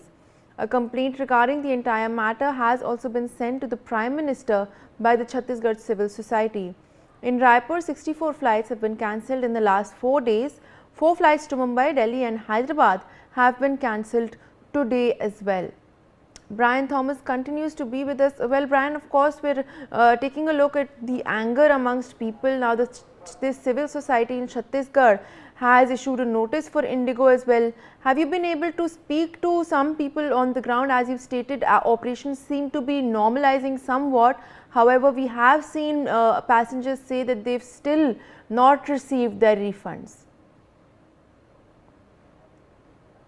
Malvika, like I mentioned just a while back, that we tried to speak to the people, but again there were people from other airlines that were waiting. And as far as Delhi is concerned, yes, the situation in Delhi remains better as of now. Like we showed you the visuals, we'll also focus on the visuals because when we attempted to talk to the people, they were not people from Indigo. And when you see these visuals of the fact that the situation looks better, there are no cancellations or no delays as per as what we are tracking from here IGI Terminal 1 of at the airport. Clearly, yes, Chhattisgarh Civil Society has filed a 9,000 rupees kick, and people were facing problems, yes. But again, when we are on ground zero and trying to bring the real ground report from here itself, the situation looks normal as what we are showing. There are no cancellations or delays as far as Indigo is concerned, where we are from ground zero, and people were facing major issues with the luggages and all of that. But the luggage issue has also been resolved, and yes, clearly the government had to intervene, had to take a cognizance of the situation that was getting very adversely affected. But yes, when we are here now at 9:18 a.m., the situation looks better. Yes. So much for joining us with those updates from the ground. Shifting focus now to some more news coming in. As part of US Foreign Secretary Alison Hooker, talks were held in New Delhi on December 9th with Foreign Secretary Vikram Misri. Both sides reviewed the comprehensive global strategic partnership and discussed bilateral, regional and global issues. So those are the major updates that we're tracking. You can see those visuals, Alison Hooker with Vikram Misri on your screens as well. My colleague Aditya Vadavan joins us for more details. Aditya, take us through this meeting that is taking place and Alison Hooker's visit to Delhi and what it entails. Well, absolutely. Malvika, indeed, it was a very, very essential visit by the very important US government official, Alison Hooker, to India. US-India foreign consultations were, delivered during Alison Hooker's visit, and she met Foreign Secretary Vikram Misri. Then the focus of the meeting was to how both the countries can, expand trade and, some defense collaborations, and there are many other issues, specifically with reference to the Indo-Pacific region. The talks were held between the two leaders as to how both countries can play an instrumental role in maintaining the world order as far as the Indo-Pacific region is concerned. Remember, both India and the United States of America are an active members of the Quad, and definitely, in the times to come, we could expect some major collaboration between the two countries. However, in hindsight, we have seen how, again, US President Donald Trump has imposed tariffs on Indian rice exports to the US. However, still the United States and India are an all-weather allies, and definitely, this visit by Alison Hooker to India will definitely chalk out the way for robust Indo-US relations in the times to come. Malvika, back to you.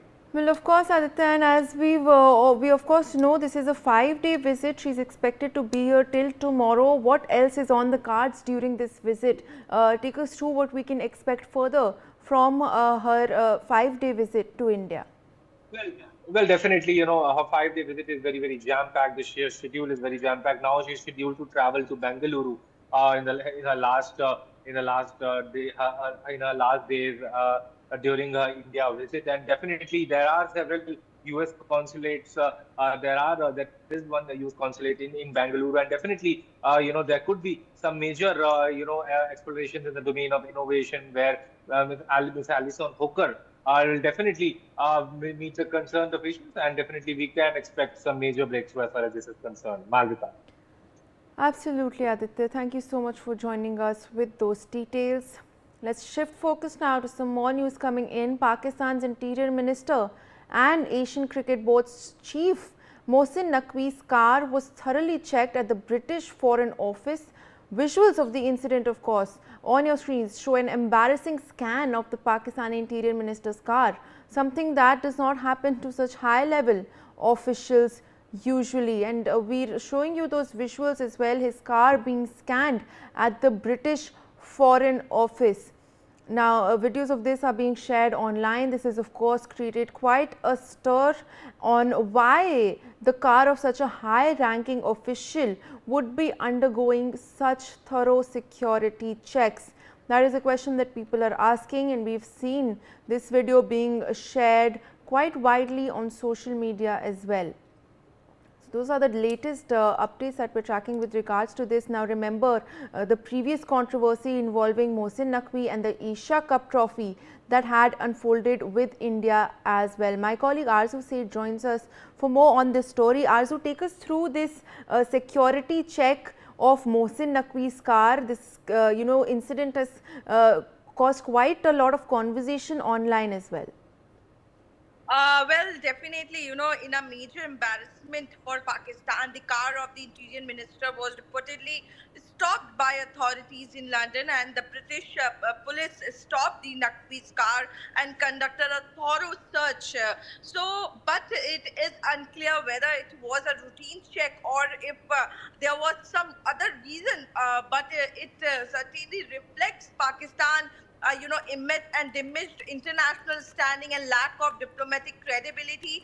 And also the authorities in either London or Islamabad are yet to release an official statement on the development. But yes, the video is circulating on the social media where a lot of comments are coming in, and people are calling it a major embarrassment for Pakistan. Yes. Well, Arzu, thank you so much for joining us as we of course took a look at that story, but let's shift focus now to some more breaking news coming in. US President Donald Trump has yet again claimed that he stopped the India-Pakistan conflict that arose after Operation Sindoor in May 2025. In an address, Trump was speaking about the Thailand-Cambodia war. However, as it often happens, Trump did not miss the opportunity to yet again claim that he stopped the India-Pakistan conflict this year. Listen into what he said. In 10 months, I ended 8 wars, including Kosovo, Serbia, Pakistan and India. They were going at it. Israel and Iran, Egypt and Ethiopia. You didn't know about that. Armenia and Azerbaijan. And I hate to say this, one named Cambodia, Thailand, and it started up today. Tomorrow I'll have to make a phone call, and I think they'll get it. Who else could say, I'm going to make a phone call and stop a war of 2 very powerful countries, Thailand and Cambodia? They're going at it again. But I'll do it. So we're making peace through strength. That's what we're doing. My colleague Aditya Vadavan joins us as we track this story. Aditya, once again a statement by the US President claiming that he stopped the India-Pakistan conflict. Take us through what he has said right now, and he's spoken about this while speaking about the Thailand-Cambodia conflict where we saw US-led ceasefire. However, we're now seeing fresh clashes erupt over there as well. To see, indeed, Donald Trump has been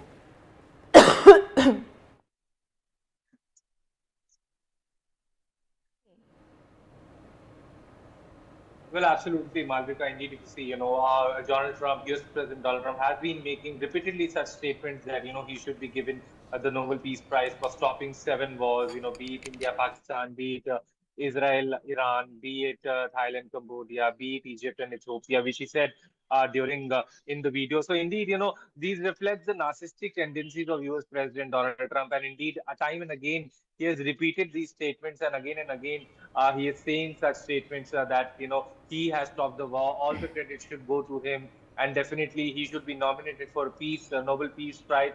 However, now everybody knows what is the real perspective. However, he has been now repeatedly making such statements again and again.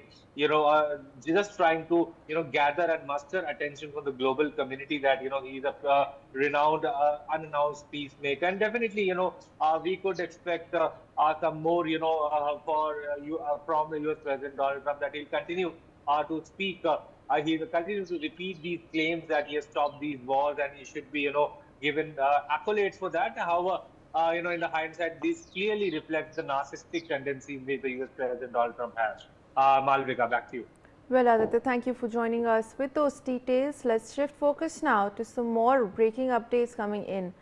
Pakistani former Prime Minister Imran Khan's sister staged a sit-in outside Adiala jail after being denied a visit, accusing authorities of isolating and mistreating him as PTI leaders joined protests amid rising tensions with the government. His sisters Noreen, Alima and Usma said that they arrived during their regular weekly visit but were blocked at the checkpoint. His sister Alima Khan accused authorities of isolating and torturing her brother, saying, and I quote, "We have been coming here for the last 8 months. We were not allowed to meet Imran Khan." We've of course now been seeing, viewers, Imran Khan and his family alleging mistreatment of him by jail authorities, alleging that they are not allowed to meet him despite a court mandate allowing his family to be granted visits. My colleague Ajay Jandyal, Jammu Bureau Chief, joins us for more updates on this story. Ajay, we're taking a look at another now sit-in protest by Imran Khan's sister, who continue to say that they're still not being granted visits to see Imran Khan in jail. Take us through the latest that is coming out with regards to this ongoing case. Yes, it was a late night time when, outside the Dala jail, Imran Khan's sister was protesting on the road, and water cannon were used to stop her and, other protesters, those who were protesting there and those who were moving towards the Dala jail. And even the situation was so worse that Imran Khan's sister fell down on the road, and that was the situation what she have faced, including the other workers. And definitely tortures are going on, and why government is not allowing, because what we have seen that few days back there was a statement from the Pakistani minister's side that they are not going to allow Imran Khan's family members and the PTIs on the daily basis, and they also say that Imran Khan is out of mind and his mental, he's mentally not stable. These kind of statement definitely is making Imran Khan's sister and the PTI workers worried that why such statements are made, and they are saying that Imran Khan himself has said that he had been tortured by the authorities, jail authorities over there. He was alone, locked up in one of locker, and he's not allowed to move out of that. So these are the reasons that families worried that what is going to happen, and why is it like intentional, plan of Pakistani government that they want to, torture Imran Khan so that he will not be able to compete, and give direction to the PTI as per the political situation in Pakistan is concerned. Absolutely, Ajay. Please do stay on with us. We're tracking some more updates now. According to reports, at the protests outside Adiala jail, police used water cannons to disperse Imran Khan's sisters. Supporters joined the protest, expressing serious concerns regarding Imran Khan's health and security. Strict security arrangements were also in place outside the jail on this occasion. Alima Khan, his sister, says, and I quote, "We are coming here for the last 8 months. We come here and sit on every Tuesday." Listen into what she said. 8 महीने से आ रहे हैं, हम Tuesday को यहाँ बैठ जाते हैं जब तक हमें किसी को इजाजत नहीं मिलती मुलाकात करने की, क्योंकि इमरान खान को ये टॉर्चर कर रहे हैं। इलीगल आइसोलेशन में क्या हुआ है, ये इमरान खान का टॉर्चर खत्म करेंगे। ये टॉर्चर है जो इमरान खान के साथ चल रहा है। Ajay Jandyal continues to be with us on the broadcast. Ajay, we're taking a look at these visuals from outside the jail. It's a massive protest. A lot of supporters have gathered. There are slogans being raised. And now we're getting to know that water cannons were also used to disperse them. Have authorities made any sort of statement, any sort of an indication as to what is going on? As I said that for last many days they are protesting on the roads, and PTI is continuously, PTI workers, they are also on the roads. The reason is that the continuous statement from the Pakistani government and minister's side. And the sisters are saying that only one sister had met Imran Khan few days back, and we are continuously trying to, request the government and the authorities, jail authorities, to allow them to meet Imran Khan, but they are not allowing, and that's why we have been stopped. And she says that, this is what exactly is going on over there. Totally lawlessness. And what we have seen that, as I said, that Imran Khan's sister have also faced the tough situation because of the water cannon. She even filed out. Water cannon was used on the protesters, those who were moving toward the Adiala jail. So this is kind of a situation they are facing, and they say that till they are not allowed, they will continue their protest over there. So definitely the situation is still tense over there in the outside the Adiala jail, as PTI workers are continually demanding to allow Imran Khan, allow them to beat Imran Khan. Absolutely, Ajay. Thank you so much for joining us with all of those details. Meanwhile, viewers, that's all for this bulletin. We'll slip into a very short break. मेहनत और समर्पण के प्रतीक अन्नदाताओं को double engine सरकार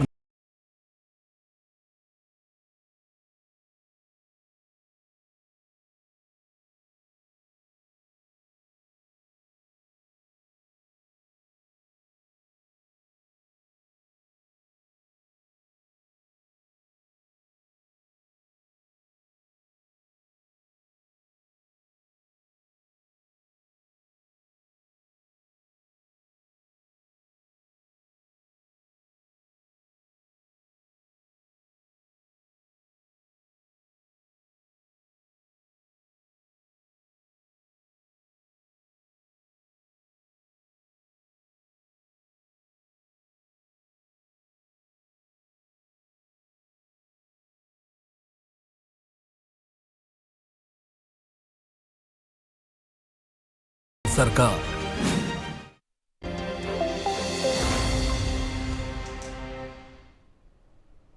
Hello and welcome to this very special show. I'm Shivani Singh and today we have an exceptionally fascinating guest who bridges two very distinct worlds. He is an eminent oncologist, but he is here with us to discuss true breakthrough in ancient history, the deciphering of the Harappan Code.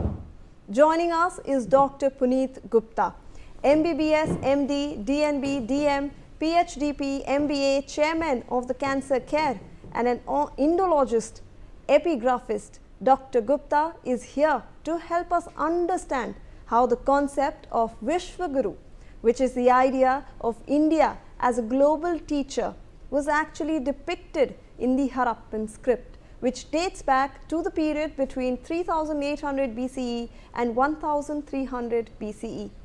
In fact, India has one of the richest collections of ancient manuscripts in the world, with nearly 10 million texts that hold the country's traditional knowledge and cultural heritage. These manuscripts are inscribed on palm leaves, on birch barks, on cloth, and represent the living memory of a nation. Dr. Gupta, you come from a very fascinating intersection: oncology, epigraphy, and Indology. How did your journey move from cancer research to decoding ancient scripts like the Harappan? Namaskar. Thanks for the kind words. Actually, what happened, being a cancer specialist, I never have to move to decipher Harappan it's a non-medical job, but rather it was a fascinating biological journey to decipher the Harappan code. So in this, what happened, a cancer patient came to me, cancer tongue, when it happens, the tongue get twisted to one side and the patient was not able to speak a word like say ta, ta, because what happened, in cancer, the medial pterygoid muscles or other muscles, they get involved, the mandible get hooked and it gets stiff and it cannot be moved. So just when I gave the patient radiation therapy and chemotherapy, as I am a specialist for both, then what happened, the cancer recovered and the tongue became straight, and then he started talking because his name was Tarun say ta. So he was able to speak, the tongue was able to go up, touch the teeth, and this is before the sound is produced. Then again in the second phase, ta, it moves down and produces the sound. So that I recognize there are two phases for each sound, and that's how my cancer journey, it started, that there is something known as symmetry which is important to achieve, and then it produces a specific sound.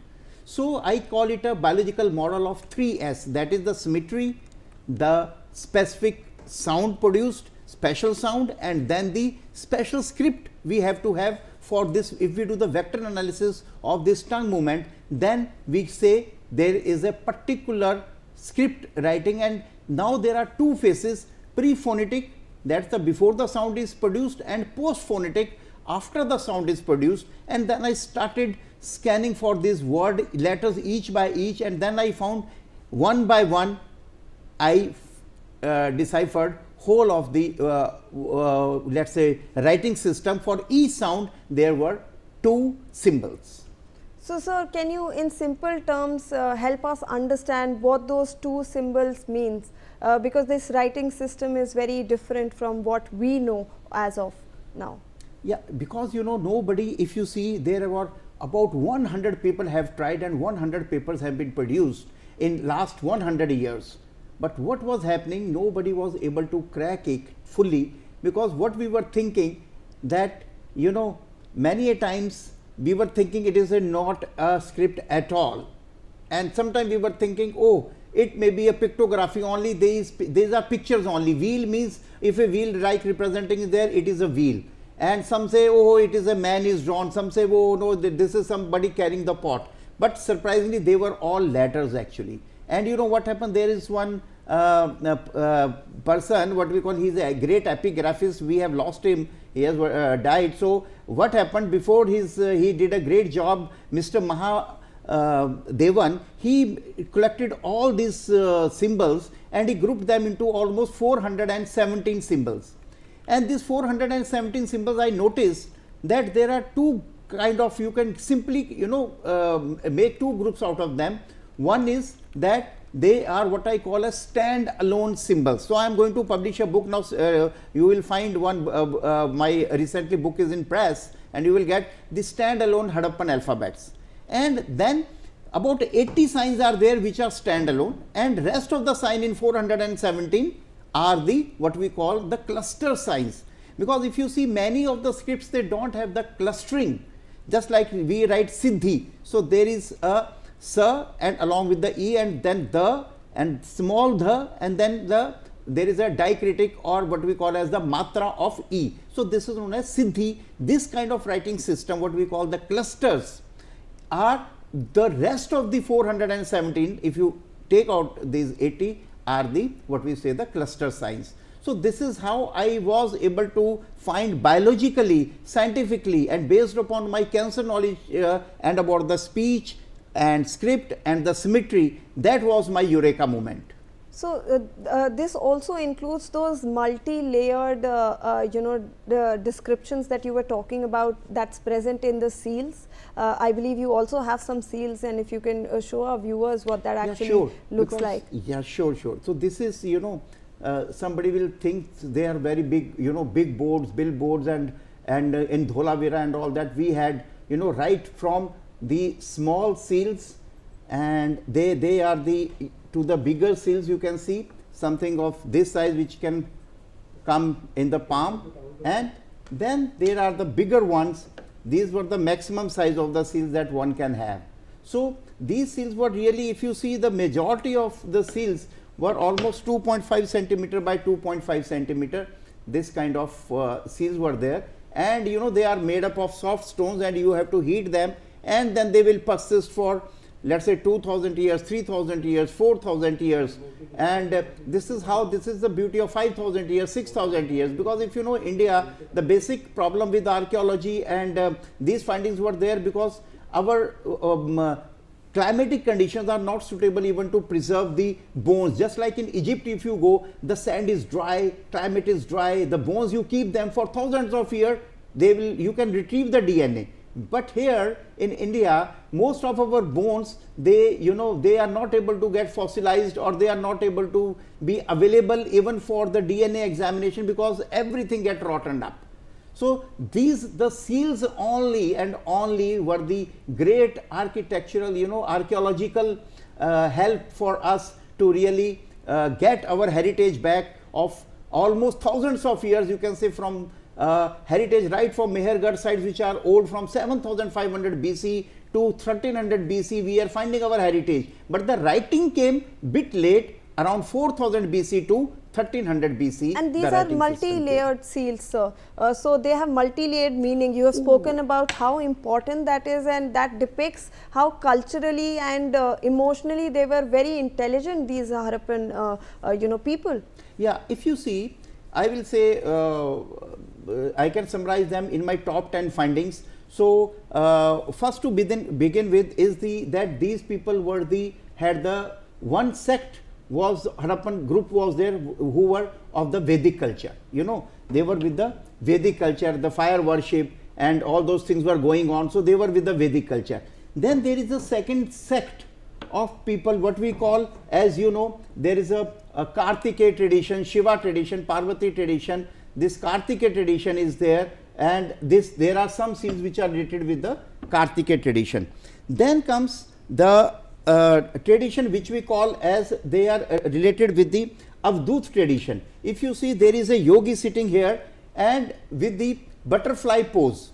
You will see very, very important. Very persons confuse, they think it is a lotus pose or what we call as the cross-legged pose or what we call as the Shiva pose. But this is never a Shiva pose, it is not a cross-legged pose, it is simply a butterfly pose, but technically we call it as a Siddha Asana or as the Gorakh Asana. If you see, there is a very popular, even Gorakhnath sect is there now, which still follow these asanas. So Gorakh Asana or Siddha Asana, they are I can show you 12 seals like this, where this asana is shown there. This is the seal from Mehergarh, and if you can zoom it, you can see it. This is the seal from the Mehergarh, and even though the Mehergarh site was 7500 BC old, but this writing system, the written thing on this actually about the Avadut Panth is from, let's say, around 3300 BC to 2600 BC range, when the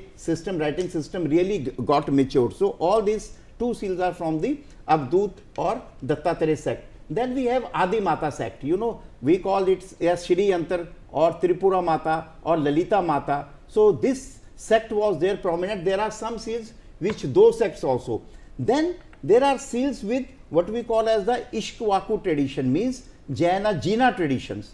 So this Jina tradition, there is a seal called B25 Banavali, which I presented in my international conference at Vigyan Bhavan, where there was a session, 20 people presented their paper, and I presented the PowerPoint presentation. It is available in abstract book, and page number 16 and 17, which is published by Ministry of Culture. And what is most important is, in this, the Rishabh Maharaj, his name is written. And then I tracked, I thought my research is not good if I cannot find the 20th Ishkwaku. And who was the 20th Ishkwaku? You will be surprised that the Jain literature defines the Jain Adi Puran and Jain Uttar Puran, not the, you can say, later Vedic ones. But the Jain literature says Ishkwaku, Bhagwan, Rishabh Ji Maharaj was the first Ishkwaku, and Shri Ram was the 20th Ishkwaku. And 20th Tirthankar, he was the first Tirthankar, and during the time of 20th Tirthankar, Shri Ram Ji was also there. And this is how the 20 number coincide with the Jain tradition and the Jina tradition, Ishkwaku tradition and Tirthankar tradition as well.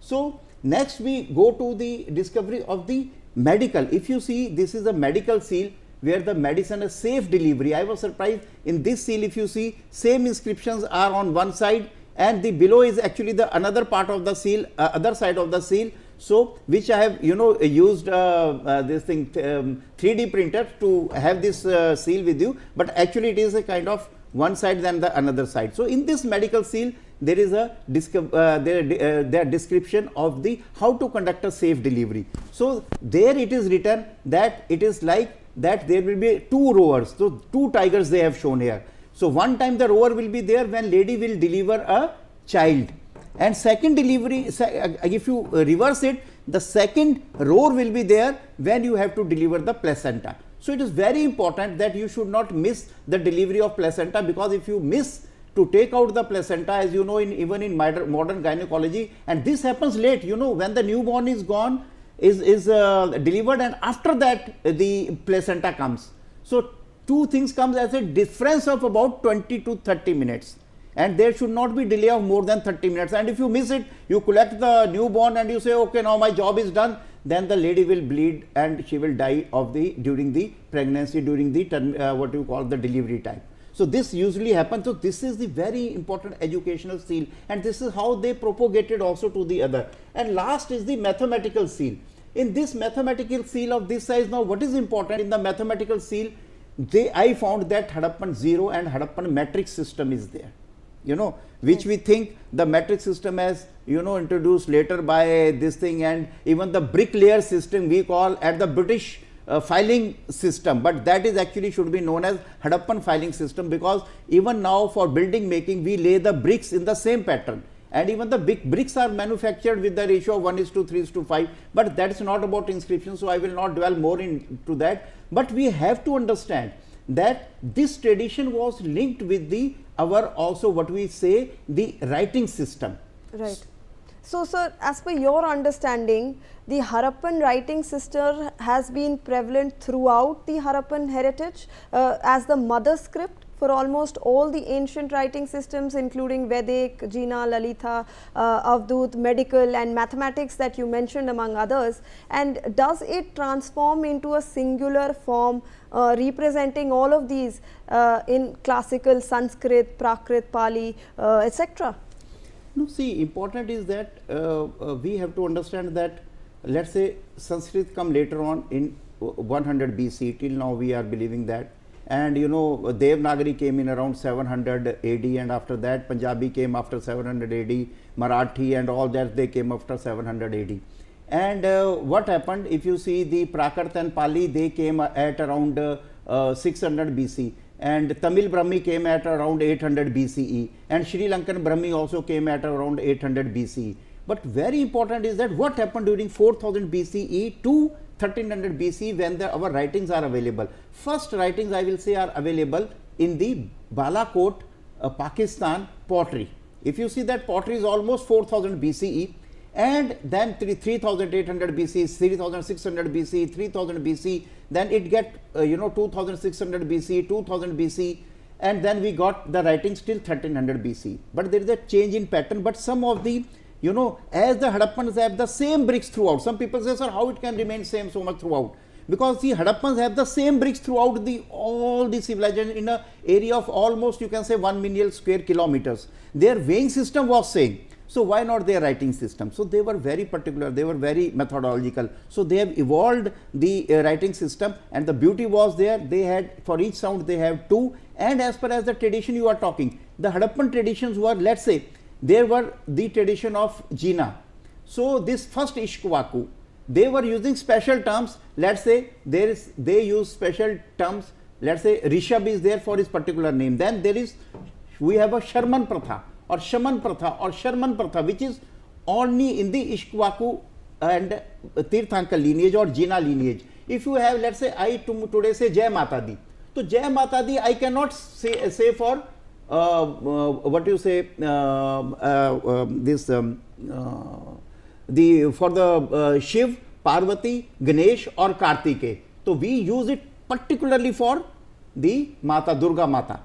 So we can say it for Parvati Ma, right, but sir, we will not say for other sects. So we understand then this is one of the most ancient scripts to be in fact deciphered. But there is also this concept of Vishwaguru, the humanity first that you have also spoken about. So what is that in the context of Harappan heritage, and where does the idea of India as a Vishwaguru appear in those ancient inscriptions or symbols that you have actually studied?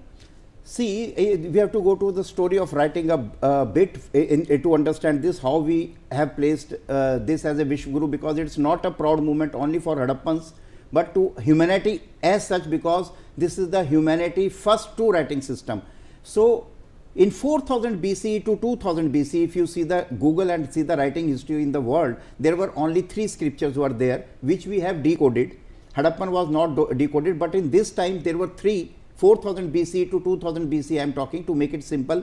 There were Egyptian hieroglyphics, and there were Syrian hieroglyphics, and third was their cuneiform. So cuneiform was largely used in Iran, Iraq region, you can understand that region, and Egypt, Egyptian region, and Sinai in the Syria region, that was the Sinai hieroglyphics were used in that region. But what about the Hadappan script? Hadappan script was also used in around 4000 BCE to 2000 BC, but it was not deciphered. So everybody was thinking, oh, there is a lost pi, we do not understand where this vocabulary is coming for. And what happened now, the beauty of that, even though these 3 scripts were there, but they were non-alphabetic, what we have to understand. But the Hadappan script here, it stands alone as the humanity first true writing system. Why? Because these 3 systems were not using vowels, they were not using consonants purely, but this system, Hadappan writing system, was using only pure consonants, and initially a master vowel, and later on particular they had the independent vowels also evolved with time. So there was an evolution also, and over evolution also they had initially biphonetic system. Each sound was represented by 2, but slowly due to adaptation, so the entire understanding is that these Harappan symbols actually held universal humanitarian languages. And so do you also believe that because you're from the medical profession, your analytical and diagnostic training actually helped you approach epigraphic differently? A quick answer of that on that, and how do you think your discovery or your decoding will actually help transform our understanding of India's heritage and its identity? A quick answer on that. Surely, because it is, I told you simply, it is going to put us not in the movement of the, let's say, India level or Pakistan level or Afghanistan level, but or the Asian level, but I will say on the humanity level, it is going to place Harappan Lipi as the lost pi, and also the first humanity's true writing system, which has vowel also and which had consonants also. Absolutely. And any last words before I close off this discussion, sir? I think it is a time where we must reclaim our heritage, and the Harappan Lipi has been deciphered in full. I am in process of writing 3 books, one on Harappan alphabets, Harappan places, and Harappan what we call at the Jina tradition, and then Harappan Avdu tradition also. But I request that we, just like Google has a art and culture website, in India we also have a supercomputer, and I want, if the government cooperates, we can load all this information, because I have 900 presentations which are difficult to manage, by me just on the computer itself. So absolutely, if I we think use even supercomputer, yeah, I think even the G20 summit as well, we heard Prime Minister Narendra Modi talking about ancient knowledge and ancient culture, and how we need to make a dictionary, a book, and compile all of those together for the world. Thank you for joining us, Dr. Gupta. The Harappan script is not just an ancient code, it is a mirror to India's heritage. If humanity first was the message then, it remains the message now. As we decode Harappan writing, we don't just uncover symbols, we uncover a philosophy that placed compassion at the center of civilization. Decoding Harappan writing may be the key to understanding our place as the true Vishwaguru.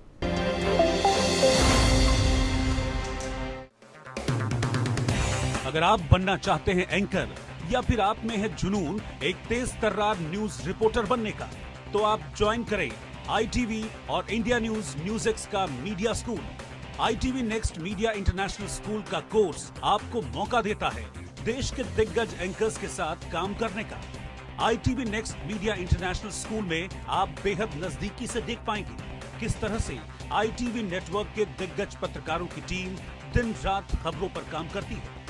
इस course के दौरान आप सीखेंगे anchoring की एक एक बारीकी उन एंकर्स के साथ जो देश को रखते हैं हर खबर से बाखबर।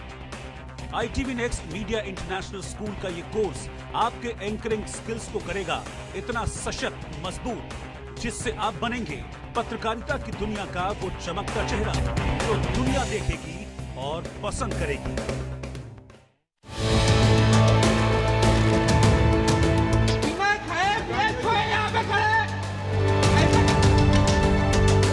I don't see any physical status here. They are not showing anything, and they are not telling anything about the flight. The marriage is on, but the bride has to reach there. The flight is also cancelled, and today one of my friend's daughter marriage is there. अच्छी नहीं है ना, किसी public को परेशान करना है, कुछ तो अपना करना चाहिए, कुछ रास्ता बनाना चाहिए। This is very ridiculous, ये बहुत गलत हो रहा है।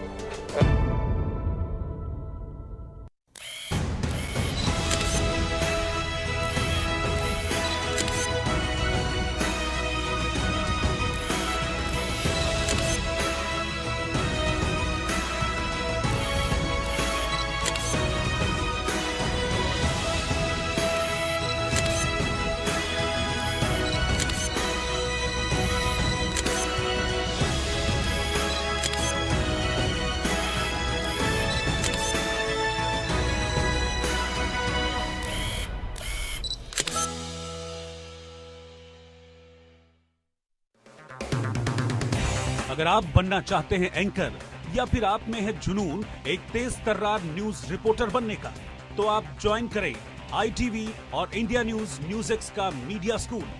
ITV next media international school का कोर्स आपको मौका देता है देश के दिग्गज एंकर्स के साथ काम करने का। ITV next media international school में आप बेहद नजदीकी से देख पाएंगे किस तरह से ITV नेटवर्क के दिग्गज पत्रकारों की टीम दिन रात खबरों पर काम करती है। इस कोर्स के दौरान आप सीखेंगे एंकरिंग की एक एक बारीकी उन एंकर्स के साथ जो देश को रखते हैं हर खबर से बाखबर। ITV next media international school का ये कोर्स आपके एंकरिंग स्किल्स को करेगा इतना सशक्त, मजबूत, जिससे आप बनेंगे पत्रकारिता की दुनिया का वो चमकता चेहरा जो दुनिया देखेगी और पसंद करेगी।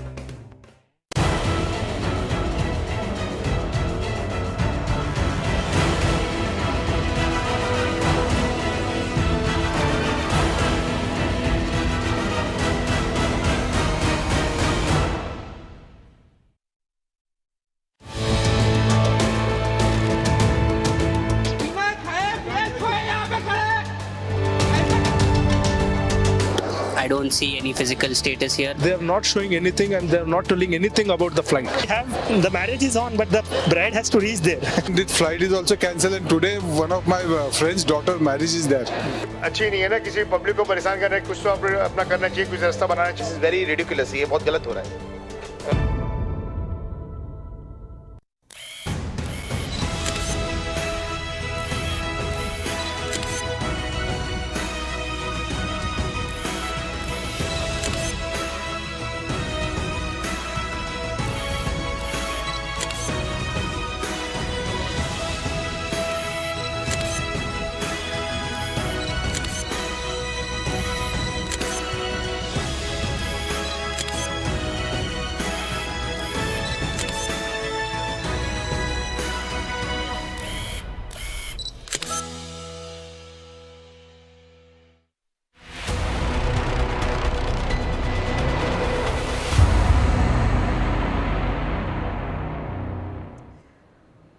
Welcome back. You're watching NewsX with me, Malvika, and the top story that we're looking at is the Indigo crisis.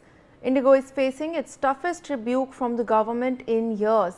After a week of turmoil that saw more than 2,000 flights scrapped due to what the government says was poor pilot roster planning, the Ministry of Civil Aviation has now ordered Indigo to cut its scheduled operations by 10%. This order comes just hours after the DGCA had directed the airline to trim flights by 5%. Now, DGCA has received Indigo's reply to the show cause notice, where Indigo has asked more time to get the root cause analysis. To remind the viewers, the regulator had cleared over 15,014 weekly departures for the winter season, a period when demand surges. And yet, Indigo went into a meltdown, cancelling nearly 1,000 flights in November alone. Aviation Minister Ram Mohan Naidu made it clear. I am quoting here, no airline, however large, will be permitted to cause hardship to passengers through planning failures or non-compliance. The ministry has also directed the airline to follow fare caps and passenger-friendly measures without exception. Now, other airlines, including Air India, have been told to add flights to absorb demand. Despite the government's tough posture, Indigo says it is back on its feet. The airline claims that it is flying to all 138 destinations and that its on-time performance has returned to normal. But the centre isn't taking chances. After withdrawing FDTL, the message is now clear. No airline can be too big to be questioned. In some breaking updates coming in, the Delhi High Court will hear an urgent petition against Indigo over the airline's rampant flight cancellations today, that is the 10th of December. The petition seeks to provide support and refunds to affected passengers, and a bench of Chief Justice Devendra Kumar Upadhyay and Justice Tushar Rao Gedela listed the matter for hearing on December 10th. My colleague Sambhav Sharma joins us to give us more details. Sambhav, we are now learning that an urgent plea against Indigo will be heard by the Delhi High Court. Take us through the details of the case. Well, this Indigo flight cancellation chaos, this has escalated to the highest level of the judiciary, reaching both the Supreme Court and the High Court. And where earlier the bench led by the Chief Justice of India, Suryakant, has called this as a serious matter. However, has not intervened because according to Supreme Court, this matter the government of India is already taking action. The centre is taking action. Now another petition in the Delhi High Court, and Delhi High Court has agreed to hear it on December 10th. That is, before the two-judge bench of the Delhi High Court. As you rightly pointed out, the matter is for urgent listing before Chief Justice of the Delhi High Court, Devin Kumar Upadhyay, and Justice Tushar Rao Gurdela. So, two-judge bench of the Delhi High Court is scheduled to hear this matter today, and it is to be seen what the Delhi High Court says. But the counsel for the petitioner, I mean the PIL, this particular petition is filed concerning the Indigo crisis, and as per the petition, several people are stuck. Ground situation at the airport is inhumane, and as per the petition, the petitioner is expecting that the court will pass certain orders to Indigo and the ground support staff for people stranded at the airport. And also, as per this petition, there is no proper system for refund. Now, it is to be seen what Delhi High Court two-judge bench says today. Well, absolutely, Sambhav. Thank you so much for joining us with all of those details. Meanwhile, we now have updates from Guwahati at Lokpriya Gopinath Bordoloi International Airport. Indigo passengers continue to be stranded amid flight disruptions and cancellations. So the crisis is still ongoing in Guwahati, as we are just now learning. Nibir Deka is joining us to provide us with more updates. Nibir, take us through the current situation in Assam. We are learning that many Indigo passengers continue to be stranded over there. Well, we'll be joined shortly by Nibir, but those are the details that we're picking up from Assam, and you can see those visuals from Assam on your screens as well. Indigo passengers continue to be stranded at the Guwahati airport despite Indigo's claims that its operations are now functioning as normal.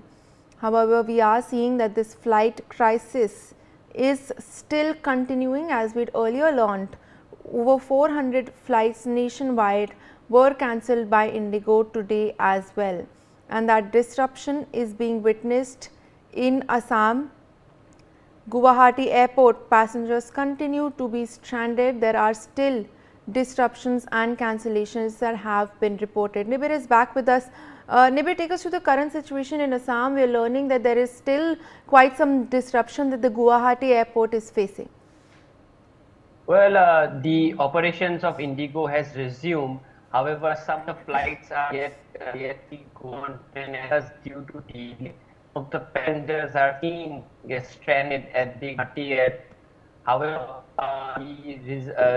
the flights are going on time. They have resumed operations. Still, some of the flights are getting delayed, and so we get to know that the timing of flights are being rescheduled and properly been conducted. However, some of them not the message they come to the port and still waiting for their departure. Well, Nibir, thank you for joining us with those updates. And some more breaking updates coming in.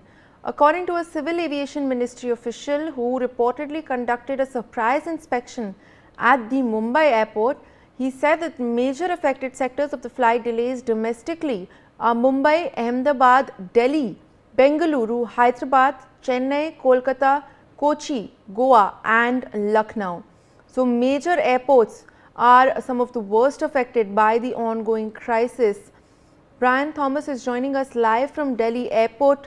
Brian, take us through this statement by this aviation ministry official who conducted surprise checks in Mumbai, and he has listed out some of the worst affected airports that also includes Delhi. Well, yes, clearly there has been a surprise surprise checking that has been done by the airport ministry itself, and clearly there have been many lapses. They're checking the proper arrangements that has been made, what problem the passengers are facing, if there are any problems itself. The checking has been done in Mumbai, and they found out that there are many airports that are facing disruptions majorly. Yesterday, yes, there were 422 cancellations by Indigo itself, but today, if we talk about today, the ground situation looks better, because on ground when we are here from 8 AM onwards to show you the ground reality, the situation looks fairer. further and better itself, what we are showing you is the fact that this is the screen where the flight departures, arrivals are being scheduled itself, what flights are delayed, what flights are cancelled. And when you see Indigo in that blue, in the blue box, you can understand that all of the Indigo flights are showing check-in are open. So there are hardly any cancellations or delays from Indigo side. The Bangalore flight is also showing a final call. Only one such airline what we are showing you is cancelled itself. The SpiceJet, 2 SpiceJet flights are delayed as of now, Mumbai and Udaipur. Apart from that, Indigo flights, if Indigo is concerned, then yes, clearly the situation looks better. What you are seeing, it is a very, again, a rare sight. What we are showing you, Indigo check-in counters, we were there from day one till yesterday. It was filled with people. It was chaotic. It had multiple number of people jamming up there to ask for refunds, to ask for any kind of help. But what you see today is a rare sight, the fact that there are hardly anyone. There's just one person there. So clearly this visual itself speaks volumes, and it is a very rare sight. For the past 7 days, for the past 6 days, we have been reporting from ground zero to show you the ground reality. But again, when we are on ground today, to show you the situation here, the situation, yes, looks better. The situation, the people, the passengers that were facing major disruptions, major problems are getting some respite here, because now the people are actually going to the airport to actually fly and not to wait and not to be stranded here for hours and hours without getting a proper response. So everyone, all the passengers who are flying from Indigo via Indigo are actually inside the airport waiting for the check-in, waiting for the terminal to fly from one destination to another. Yes. Well, Brian, stay on with us. We're tracking some more breaking news that is coming in. Now, in some further updates, we're learning that airports are informing passengers about flight cancellations 6 hours in advance so that they don't have to come to the airport. Several Civil Aviation Ministry officials also conducted surprise inspections at some airports across the country. Brian Thomas continues to be with us.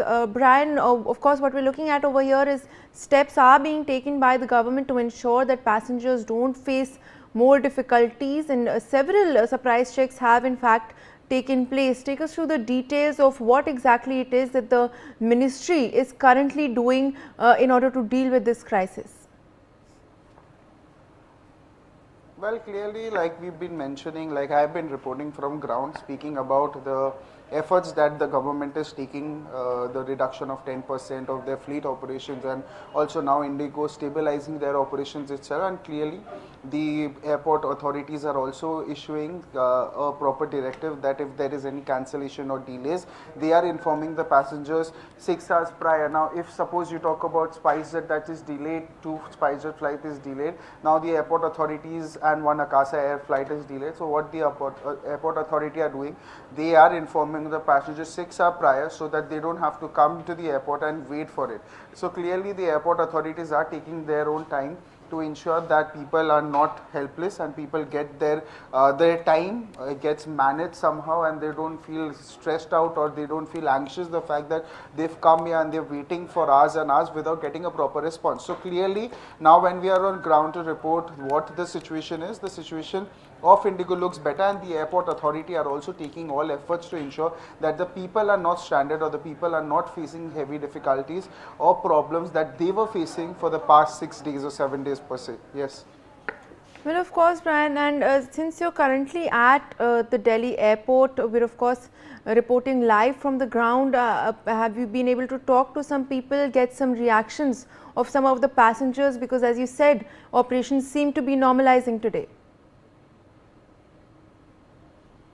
Well, Malvika, like I reported before, what we have tried to speak to the passengers, they are not from Indigo because they are inside the airport for checkings itself. But what we can show you the fact that the inside of the airport, what the visuals we were showing, the luggage area itself clearly, the fact that it was filled with luggage, heavy luggages itself. They were filled with luggages, but what today there is not even a single luggage here because they've all gone back to their respective personals.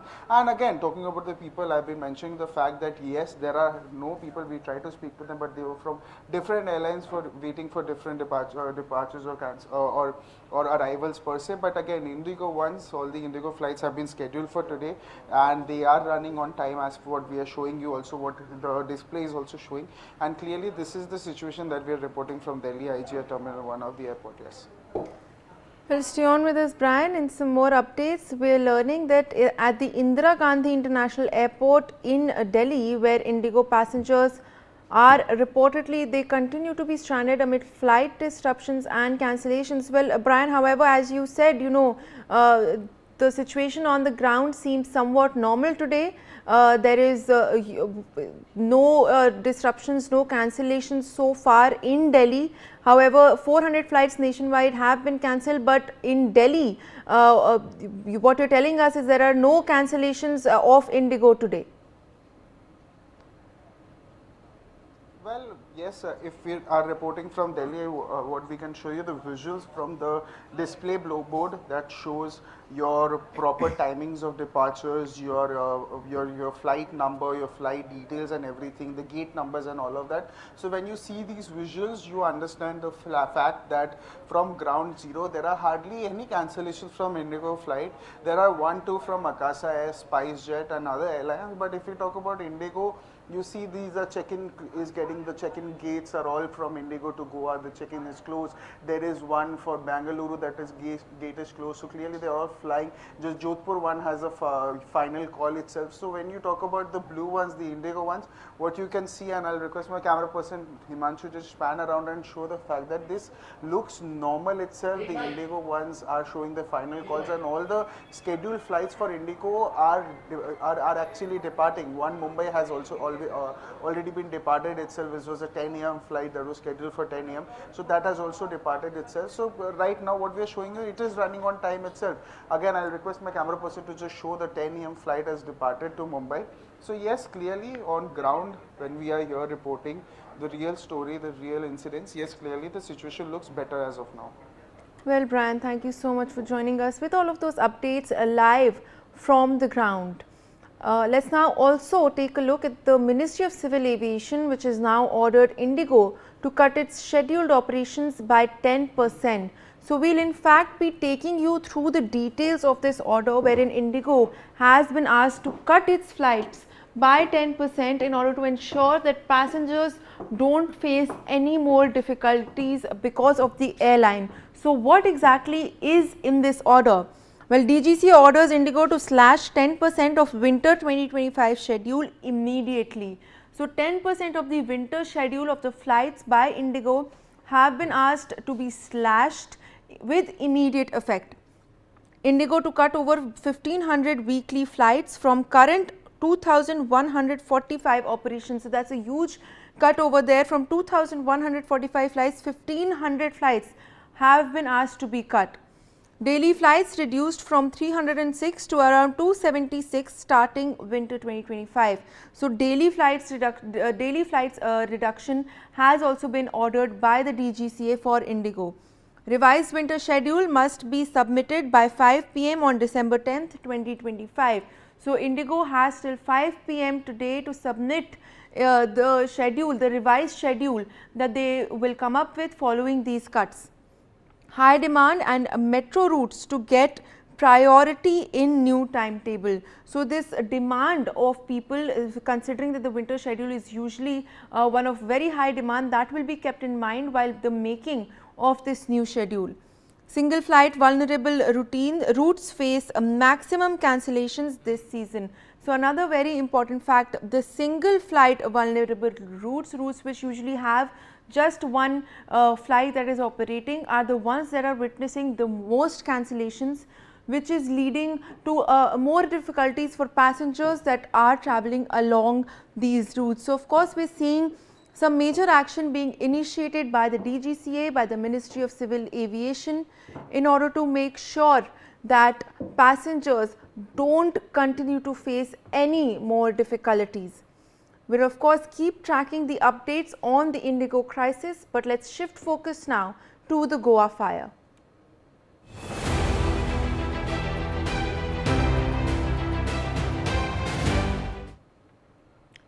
In some breaking updates coming in, the Goa police has of course detained the accused partner Ajay Gupta from New Delhi. He is the partner of the owners of Burj by Romeo, the nightclub in Goa, where the fire claimed 25 lives. A lookout circular was issued against him. Ajay Gupta, however, has now stated that he is just a partner and that he does not know anything. So those are the major updates that we're receiving at this point in time. Javed Hussain joins us for more on this story. Javed, ये जो arrested partner हैं गोवा के night club के, उनका बयान आ रहा है कि वो सिर्फ एक पार्टनर हैं, उन्हें कोई भी जानकारी नहीं है कि ये सब क्या हो रहा था. इसके बारे में जो अब उनके स्टेटमेंट्स आ रहे हैं, उनके बारे में हमें बताइए. देखिए, अजय गुप्ता के बारे में अभी इनिशियल जो जानकारी सामने आई है वो ये पता लगा है कि नॉर्थ दिल्ली के मशहूर बिल्डर अमित गुप्ता का जो भाई अजय गुप्ता और दो साल पहले गोगी गैंग ने, जो कि लॉरेंस गैंग से जुड़ा हुआ गैंगस्टर्स है, जो गोगी गैंग के एसोसिएट्स ने बुराड़ी में, दिल्ली के बुराड़ी में अमित गुप्ता की हत्या कर दी थी. उसके बाद अमित के सारा पैसा जो मार्केट से जो लोग इन पर पैसा लगाते थे मार्केट में, वो अजय गुप्ता लगाने लगा. अजय गुप्ता जो है उसके बारे में ये भी पता चला है कि लूथरा बंधुओं के क्लब्स में भी अमित और अजय गुप्ता ने काफी पैसे लगाई थी जब अजय का जो भाई अमित जिस वक्त जिंदा था. अब जो गोवा पुलिस है वो इस पूरे मामले में कोर्ट में, आज दिल्ली के कोर्ट में पेश करने के बाद अजय गुप्ता को ट्रांजिट रिमांड पर गोवा ले जाएगी, जहां पर जो लूथरा बंधु हैं, जो कि सौरभ और गौरव, जो इस वक्त फरार चल रहे हैं, जिनको लेकर एलओसी जारी किया गया है, उसमें किस तरीके का ट्रांजैक्शन हुआ, उस ट्रांजैक्शन को लेकर जो है इसकी पूरी जांच की जाएगी और इस इन्वेस्टिगेशन को आगे बढ़ाया जाएगा. क्योंकि अभी ये दोनों भाई फरार चल रहे हैं, इसमें 4 से 5 गिरफ्तारी पहले हो चुकी है. अब अजय गुप्ता को गिरफ्तार किया जा चुका है और थोड़ी देर में जानकारी मिल रही है कि इसे दिल्ली के कोर्ट में पेश किया जाएगा, जहां से उसे ट्रांजिट रिमांड पर गोवा ले जाएगी गोवा पुलिस. आज जो है दिल्ली पुलिस की क्राइम ब्रांच जो है, क्राइम ब्रांच की सनलाइट की टीम और गोवा पुलिस ने एक ज्वाइंट ऑपरेशन में अजय गुप्ता को दिल्ली से गिरफ्तार किया है. बताया जा रहा है कि अजय गुप्ता भी विदेश भागने की फिराक में था, लेकिन इनपुट बेस पर अजय गुप्ता को गिरफ्तार कर लिया गया और साथ ही इसने अपने आप को बचने के लिए स्पाइनल का बहाना बनाकर, जो जानकारी मिल रही है, ये अस्पताल में भर्ती हो गया था, लेकिन उसे वहां से गिरफ्तार कर लिया गया. फिलहाल जो क्राइम ब्रांच की जगह क्राइम ब्रांच में से रखा गया है अभी, और इस पूरे मामले में जो है इसकी जांच की जा रही है. जी बिल्कुल, जावेद बने रहिए हमारे साथ. I also have with me mister Ved Bhushan, former ECP, who joins us as we track this big story. So thank you so much for joining us this morning here on NewsX. We're of course taking a look at the Goa fire tragedy, where a 6th arrest has now been made. This partner of the Luthra brothers who owned the nightclub. What sort of an action can we see being initiated against the people who were behind this nightclub? Of course, because we've been seeing that there was a blatant violation of any sort of fire safety norms in place at the club. Malvika, ignorance is not an excuse. Ajay Gupta, Saurabh Luthra, Gaurav Luthra can't say that they were not involved, their negligence cannot be ruled. But it's investigation is in progress and it's a very initial stage. Mr. Gupta, who claims to be only a financier, his role to be investigated. How was he financed this group? Because this is not a small group. They are, Saurabh and Gaurav Luthras are running several of restaurants in Delhi, in Thailand, in and Goa and other places. So that all the accomplices will be investigated in the light of big fire caught place wherein 25 lives were gone and innocent persons were died due to their negligence. Lot of things are coming out. Yesterday you saw the bulldozer demolished all the structures. Well, because it was made on the agricultural land only.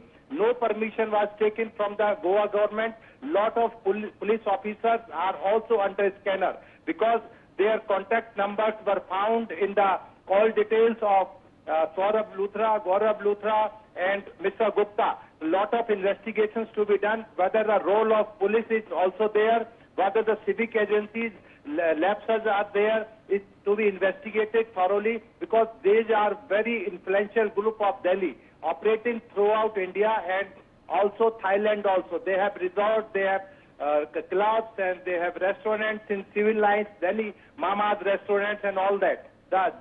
So far, as far as the bail application moved by these two brothers in Ronnie Court, it seems to be intentionally did with some ulterior motives because they have good connections in judiciary as well as in the police department. They are seeking anticipatory bail not in Goa, rather they prefer to apply in Rohani Court, Delhi. Let us see what the court says during the anticipatory hearing of this case, and moreover the investigation about Gupta, he will be produced in the court and taken to the police custody, and transit remand will be taken. A lot of things he will be contradicted, corroborated with the facts of this case, how much finance he provided to this group, and what was the capacity, whether it was a negligence part on his also and other accomplices also. Let's wait for the investigation, where it is very initial stage, Malvika. Well, of course, sir, but when we also take a look at the Luthra brothers, the owners of this club, apart from this very, very obvious negligence that led to the loss of 25 lives, there is also now this added layer of this very blatant evasion by the brothers of authorities, very blatant evasion of any sort of accountability. We've also learned that the DGP stated that just 3 hours after the fire, they were on a flight to Thailand, which points to the fact that this was also a very deliberate move by them in order to evade any sort of an arrest. In such a case, what sort of an action should be taken, and what sort of an action can we expect against them after this? I hope, Malvika, this is very serious lapse on the part of police and civil administration, and it may be handled with very strongly, and the court must also listen all the angles of the investigation so that they can't go out of touch of the law of the court of this land, so that public can trust the law and order, because these people are very good connection. I am again telling you, good connection, better connection, best connection in judiciary, also in police department, in civil department, in the political circle, because they are operating in Delhi also. It's a very strong group. But message must be done to such type of persons that law is there, and if they will break the law will take its own course and they will be punished accordingly. Well, sir, thank you so much for joining us with your perspective on this big story as well. But we're shifting focus now to some more updates that are coming in. Now, initial information about Ajay Gupta reveals that he is the brother of Amit Gupta, a well-known builder from North Delhi. Amit Gupta was murdered by the Gogi gang in Burari 2 years ago. After Amit Gupta's death, it was revealed that he had invested money belonging to several prominent figures in the market. Following Amit's murder, his brother Ajay Gupta started investing the money in the market. Amit and Ajay Gupta had also invested a significant amount of money in the Luthra brothers' club. The Goa police will now investigate his transaction with the Luthra brothers. So, major updates coming in with regards to the 6th arrest that has been made in the case. Javed Hussain is with us on the broadcast. He will be joining us shortly for more details, but those are the big updates that we're tracking now. This arrest that has been made of Ajay Gupta, we're learning that his brother Amit Gupta was in fact a big builder in northern Delhi and was murdered 2 years ago by the Gogi gang. However, both of the brothers had invested a lot of money into the market, and what we're now learning is that Ajay Gupta himself, and along with his brother, before his brother was sadly murdered 2 years ago, the two of them invested a great amount of money into the Luthra brothers and their ventures. Javed Hussain is back with us on the broadcast. Javed, इस वक्त हम details देख रहे हैं जो ये अजय गुप्ता हैं जिनका अरेस्ट हुआ है, इनके बारे में हम अभी तक हमारे पास क्या सारी जानकारी है? देखिए, अजय गुप्ता को गिरफ्तार कर लिया गया है और उसे थोड़ी देर में दिल्ली के कोर्ट में पेश किया जाएगा, जहां से उसे ट्रांजिट रिमांड पर गोवा पुलिस ले जाएगी. और जिस तरीके से ट्रांजैक्शन और लूथरा ब्रदर्स जो कि गौरव और सौरभ लूथरा है जो कि इस वक्त फरार चल रहा है, और उसमें जानकारी के मुताबिक जो सोर्सेज ये भी बता रहे हैं कि उसने दिल्ली के रोहिणी कोर्ट में जो है बेल के लिए उसने एप्लीकेशन भी लगाई है, जो जानकारी मिल रही है. और इस पूरे मामले में गोवा पुलिस अजय गुप्ता से जानने की कोशिश करेगी, क्योंकि अजय गुप्ता इसमें जो है इस क्लब के रेस्टोरेंट के पार्टनर बताए जा रहे हैं, तीसरे पार्टनर बताए जा रहे हैं, जिसको लेकर दिल्ली पुलिस क्राइम ब्रांच के साथ साथ जो है आपको बता दें कि गोवा पुलिस इस पूरे मामले की जांच करेगी। फिलहाल पुलिस जो है इस पूरे मामले की जांच में जुटी हुई है और ट्रांजिट रिमांड के बाद ही जो है इसे गोवा ले जाया जाएगा, जहां पर इससे जांच आगे बढ़ाई जाएगी। जी बिल्कुल जावेद, शुक्रिया हमारे साथ जुड़ने के लिए with all of those details. Let's shift focus now to some more news that is coming in. Ambuja Cements Limited, part of the Adani portfolio and the world's 9th largest building material solutions provider, becomes the first cement company to receive an Indo-Swedish grant for a pre-pilot technology feasibility study for carbon capture and utilization, or CCU, in collaboration with the Indian Institute of Technology Bombay and Ecotech Sweden. The project emphasizes collaboration between Swedish and Indian partners to co-develop scalable, sustainable and industry-ready CO2 capture and utilization solutions. The company plans to utilize captured CO2, marking a transformative shift from conventional carbon storage to a circular carbon economy that reduces emissions and enables new green fuels and materials. My colleague Arzu Seth joins us for more on this story. Arzu, take us through this green initiative being taken by Ambuja Cement in collaboration with IIT Bombay as well as this institute from Sweden. Well, yes, in a significant push towards the low carbon manufacturing, Ambuja Cement Limited, part of the Adani Group, has been selected for the first time Indo-Swedish grant for a pre-pilot technology feasibility study on carbon capture and utilization CCU in the global cement sector. Also, the initiative is sponsored by the Department of Science and Technology India and the Swedish Energy Agency under the Industry Transition Partnership Program. Also, the project will be undertaken in collaboration with the IIT Bombay and Sweden Ecotech, focusing, on developing scalable, sustainable and industry-ready carbon capture and utilization solutions. The study will evaluate the technical and economic viability of the capturing CO2 from hard to base cement operations and converting it into a green fuels and materials such as calcium carbonate and green methanol. So this is a great, significant push towards the low carbon manufacturing, which Ambuja Cement and has been selected, and also along with the Indo-Swedish grant. Yes. Well, absolutely, Arzu. Please do stay on with us as we take a look at some more news that is coming in. Pehla Kadam School and the Narayani Charitable Trust, located in Dhanbad, Jharkhand, have emerged as beacons of hope for children with disabilities. These institutions, dedicated to improving the lives of these children, have now received support from Adani Group's chairman Govt Adani, who visited the Narayani Charitable Trust and Pehla Kadam School in Dhanbad. Appreciating the work being done for children with disabilities and pledging his support on this occasion, he inaugurated the Nai Udan Cafe, a special initiative developed for children with disabilities. The cafe aims to provide vocational training in food and beverage services to these children, enabling them to become self-reliant and play a meaningful role in society. Govt Adani pledged his support to enhance the facilities available to people with disabilities and committed to providing continuous support to the institution for the next 3 years. Arzu Seth continues to be with us on the broadcast. Arzu, take us through this very big initiative by the Adani Group for children with disabilities.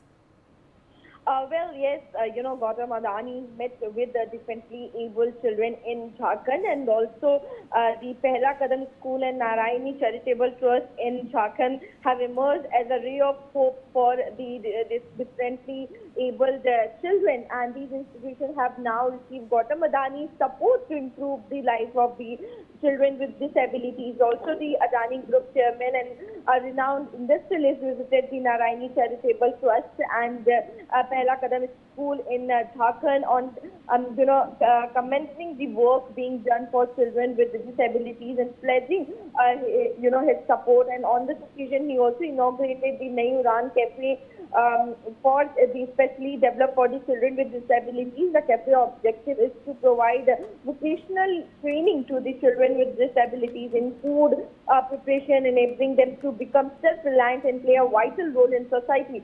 Also, the renowned industrialists also pledged to support the expansion of the facilities available to the differently abled. He reiterated his commitment to continue supporting the organization for the next 3 years. And Nayu Ran Cafe will train children with disabilities to learn cafe management and also cooking, serving and other related skills. So this is going to give them the additional skills to, do better in life, and this program will provide employment opportunities and boost their self-confidence. And most of the children attending the Pehla Kadam school come from extremely poor families. So this is going to a major support for those families as well as those differently abled children.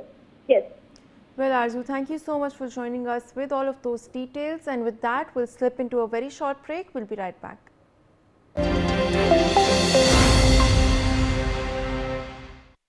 मेहनत और समर्पण के प्रतीक अन्नदाताओं को double engine सरकार ने दी है नई पहचान।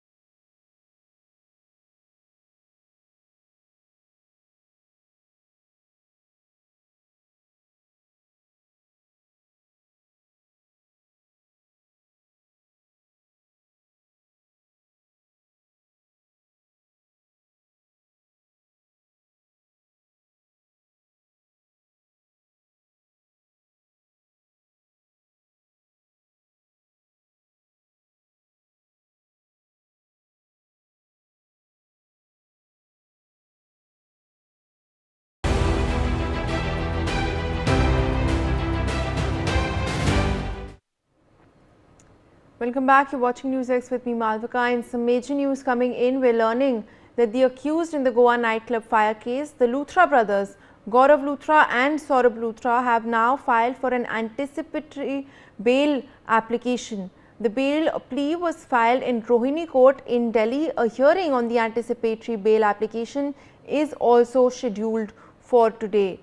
So those are the big details that are coming in. The Luthra brothers, after fleeing the country and evading any sort of arrest and accountability, have now applied for an anticipatory bail plea from Thailand. We're of course learning that a lookout notice has also been issued by the Interpol for the brothers who are likely in Thailand. As authorities continue their probe into the case, they've now filed for an anticipatory bail in the Rohini court, with the court expected to hear the matter today as well.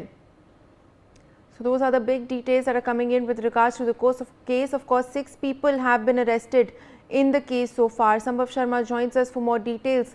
Sambhav, we're now learning that an anticipatory bail plea has been filed by the Luthra brothers, the accused in the Goa fire tragedy. Take us through what this petition says.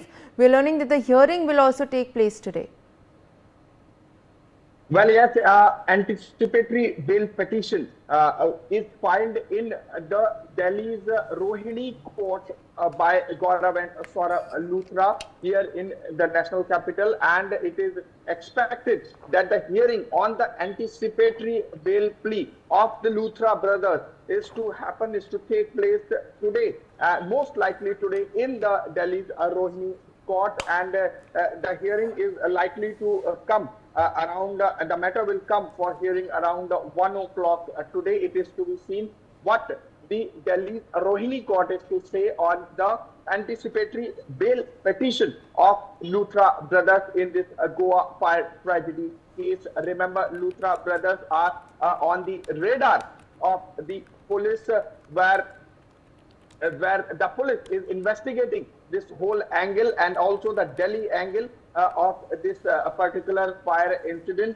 and there are few more detentions as well that took place in this particular case, and the case is unfolding as the investigation is moving forward. But the latest development is that an anticipatory bail petition by Luthra brothers filed in Delhi's Rohini court, because the jurisdiction of this particular case of the Luthra brothers comes under the Rohini court. The anticipatory bail has been filed there in Rohini court. It is to be seen what Rohini court says next. This is what is the latest court angle in this whole Goa fire tragedy matter.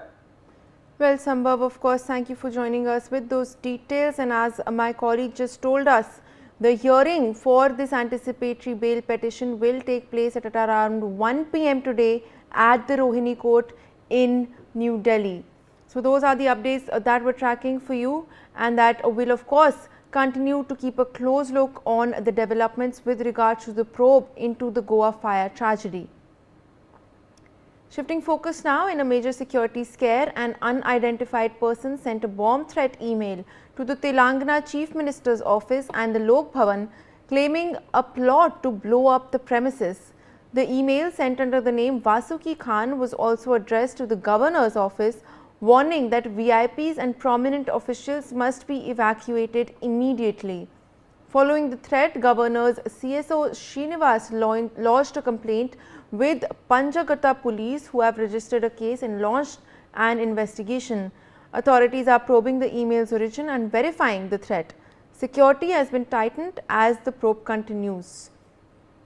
My colleague Raj Kiran joins us for more on this story. Raj, take us through this threat that has been issued to the Telangana CMO as well as the Lok Bhavan that we're tracking right now. Yes, Malavika, the bomb threat email received to Telangana Chief Minister office and as well as the Lok Bhavan office in Hyderabad. And this instant, this mail came on 3rd of December. On this month, 3rd of December. So, and it came to light yesterday as in a major security scare, an unidentified individual issued a bomb threat to the Telangana Chief Minister office as well as the Lok Bhavan through email, claiming that they have plotted and blow the premises of Telangana Secretariat as CMO office as well as the Lok Bhavan, and the same email sent under the name of Vasuki Khan and was also delivered to the office of the Governor of Telangana, and warning that VIP and the prominent persons must be evacuated immediately from the Bhavan, and it can be the bomb can be blasted at any time. This is what the message email have received to both the offices, CMO as well as the Lok Bhavan. And following the threat, the Governor office lodged a complaint in Panjagutta police station on 3rd of December, and later police is investigating into the matter. This is not the first time that this type of emails has been received to the government offices, but also we also seen continuously from last 1.5 to 2 months regular emails, at least once in a week or once in a 10 days. These type of fake bomb threat emails receiving to Hyderabad Rajiv Gandhi International Airport. We also seen that even the airports are receiving this type of emails, and also previously we also seen the government offices, schools, as well as the government officers also receive this type of emails, fake emails. But police is trying to trace out the people who is behind this, sending this fake bomb threat emails to the government and the official residence of the Chief Minister office. Now, police is trying to trace out the people, but till now, no inputs have been came out. But this incident took place on 3rd of December, came to light yesterday itself. But police, as police said that they are seriously investigating into this case. Once the things will be revealed in this, will be shown in front of the media. This is what police said. Malvika. Police are of course trying to find out the people who are behind these threats. We've seen many such threats being issued in the state over the past few weeks. But have there been any leads that have been recovered so far? We know that security has been tightened. What steps are being taken by the administration in the face of such threats being issued? Yes, Malvika, the security has been tightened in Telangana CM office as well as the Rajban office. It's not only these two officers have received this type of fake bomb threat emails. We also seen that Hyderabad RGI Airport also received, Rajiv Gandhi International Airport also received this type of bomb threats immediately as soon as as everyone knows that this is a fake email, but the authorities and the officials are not taking any chance. Every time, whenever these type of mails are coming, definitely the authorities and the bomb security, bomb squad, as well as the police and the other authorities are going to that place and checking each and every point, not even missing any point there. Serious checkings were going on, but after all the checkings were done, it is came to a conclusion that it is a hawk's email or a hawk call. So police is now trying to trace out the person, but unfortunately, these type of mails were not getting from India. It might be sometimes from the sources we have the information that sometimes it's showing in some other country.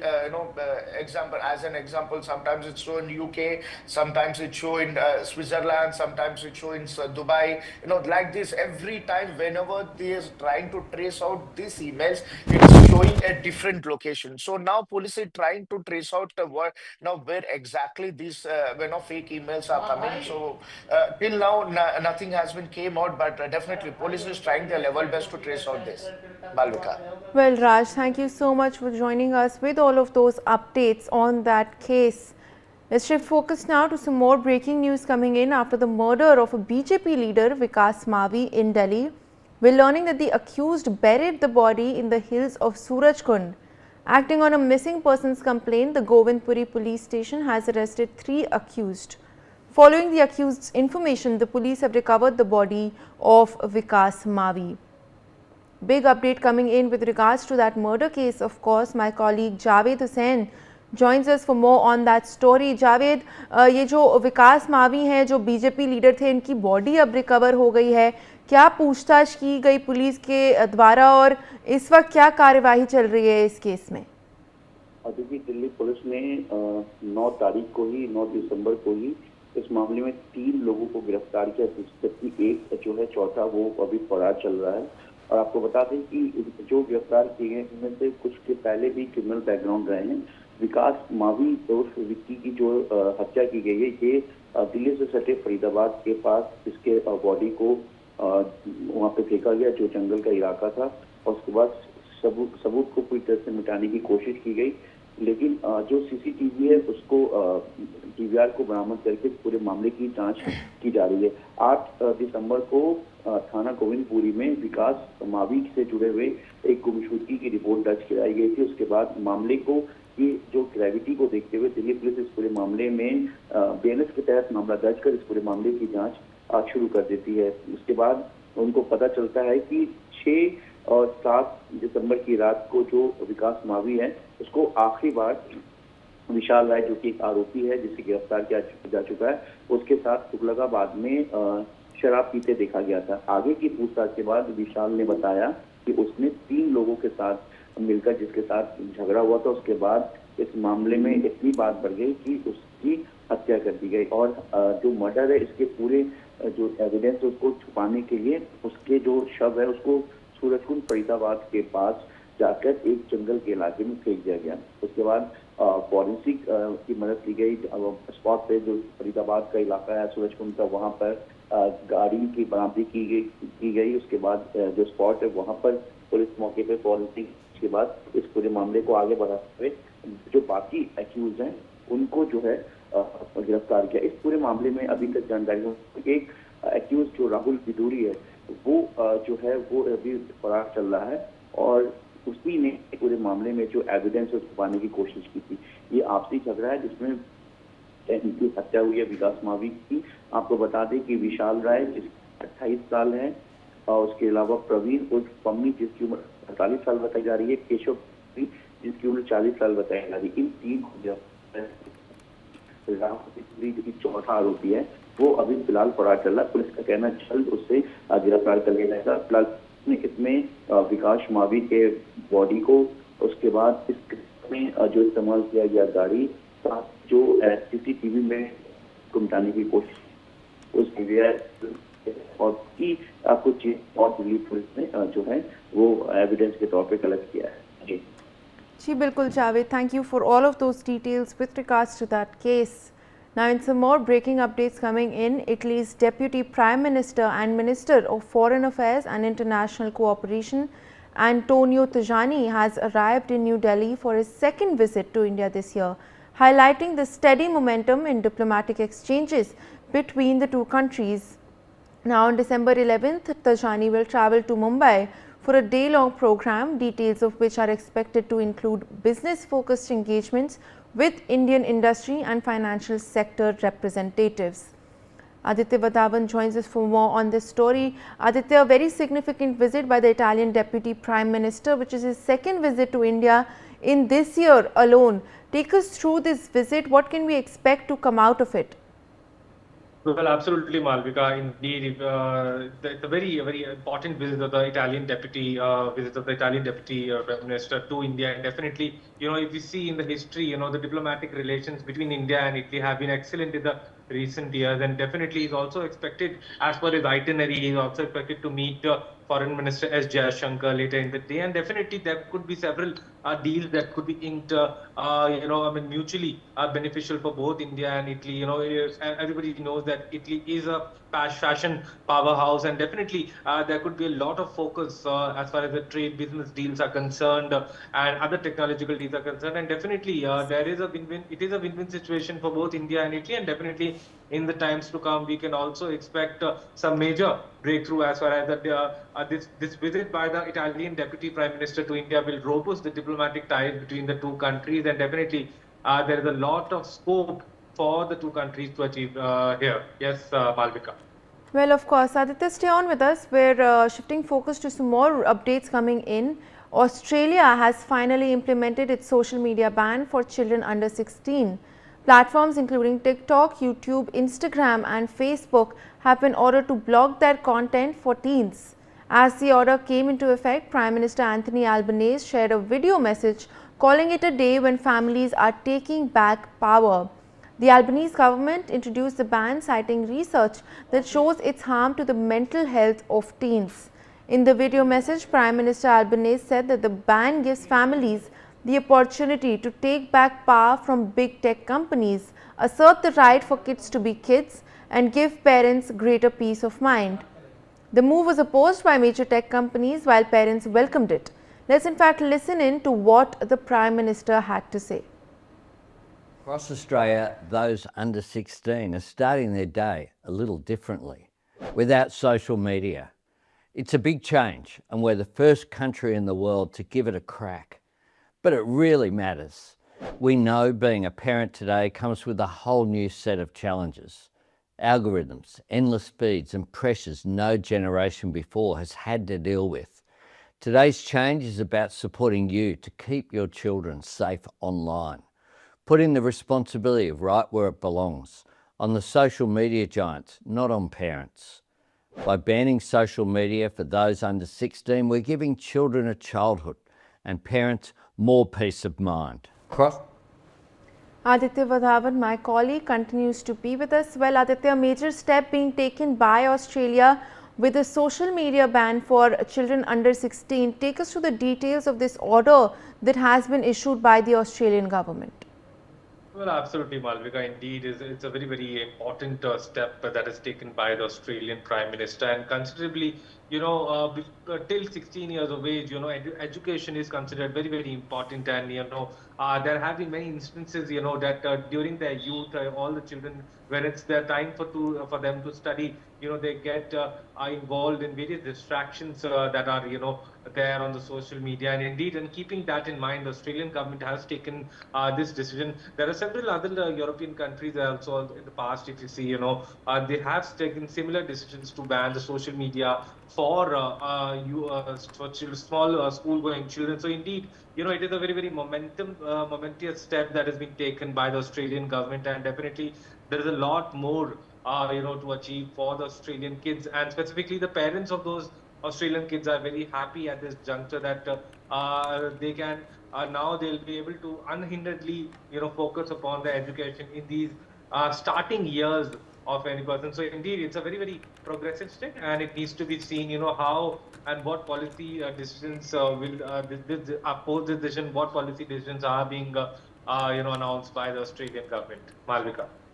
Of course, Aditya, stay on with us. We're tracking some more breaking updates right now. In some major news coming in, there are visuals of the Cambodian army destroying a Thai military site with a lethal weapon for the first time appearing in battle, and we're of course playing out those visuals for you right now on your screens. This is the first time that the weapon is being used in lethal combat. Aditya Vadhavan is of course still with us on the broadcast. Aditya, take us through this video that is being shared of the Cambodian military destroying a Thai site with this weapon that is reportedly seeing first time combat use. Well, absolutely, Malvika. If you see, the Cambodian army is now retaliating to the Thailand's aggression. Earlier, yesterday we saw how the Thailand Air Force, has targeted multiple strikes across Cambodia, and now the Cambodian army is also now retaliating to this Thai aggression. And definitely, this video shows how the Thailand army is using this weapon to destroy a particular area in Thailand. So indeed, we could expect some now again a major escalation between Thailand and Cambodia. Just 2 months back, US President Donald Trump had intervened and he had declared a ceasefire between Thailand and Cambodia, and still post then the war had stopped. But now again things are taking a very dangerous turn, and it needs to be seen, from here on how things unfold in the times to come. Definitely, India is also maintaining a very close watch as the tensions between the Southeast Asians further increase. Malvika. Well, Aditya, stay on with us. We have some more updates for you to provide more details on. Now, 12 people have been killed in a residential fire in the southern Chinese city of Shantou. The blaze broke out on Tuesday at 9:20 p.m. local time in a 4-story building and was brought under control about 40 minutes later. An investigation into the cause of the fire is now underway. Well, Aditya, what we're looking at over here is after Hong Kong, now this residential building in China has caught fire where 12 people have died. Take us through the details that you're tracking with regards to this tragedy. Well, absolutely, Malvika. Indeed, is a very tragic incident that is coming to light from the Hong Kong. Indeed, this building has got a particular fire, and definitely some people are also cleared dead.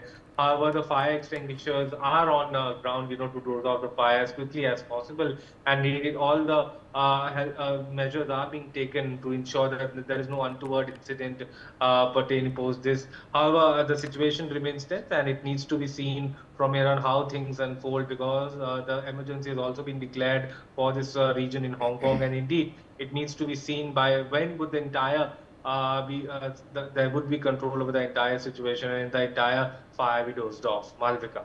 Well, Aditya, thank you so much for joining us with all of those details. Meanwhile, viewers, that's a wrap for this bulletin. We'll slip into a very short break.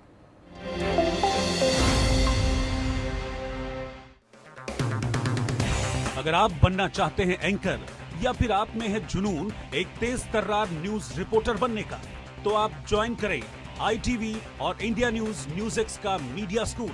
ITV next media international school का course आपको मौका देता है देश के दिग्गज anchors के साथ काम करने का। ITV next media international school में आप बेहद नजदीकी से देख पाएंगे किस तरह से ITV नेटवर्क के दिग्गज पत्रकारों की टीम दिन रात खबरों पर काम करती है। इस कोर्स के दौरान आप सीखेंगे एंकरिंग की एक एक बारीकी उन एंकर्स के साथ जो देश को रखते हैं हर खबर से बाखबर। ITV next media international school का ये कोर्स आपके एंकरिंग स्किल्स को करेगा इतना सशक्त, मजबूत, जिससे आप बनेंगे पत्रकारिता की दुनिया का वो चमकता चेहरा जो दुनिया देखेगी और पसंद करेगी।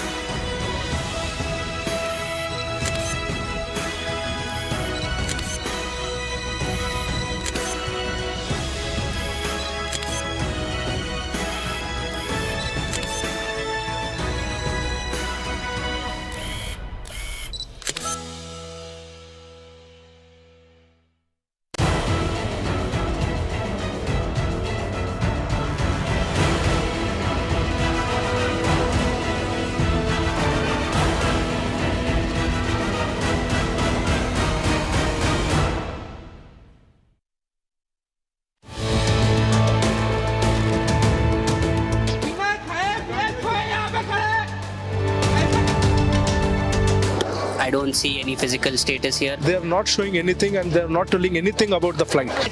The marriage is on, but the bride has to reach there. The flight is also cancelled and today one of my friend's daughter marriage is there. अच्छी नहीं है ना, किसी पब्लिक को परेशान करना है, कुछ तो अपना करना चाहिए, कुछ रास्ता बनाना चाहिए. वेरी रिडिकुलस, ये बहुत गलत हो रहा है.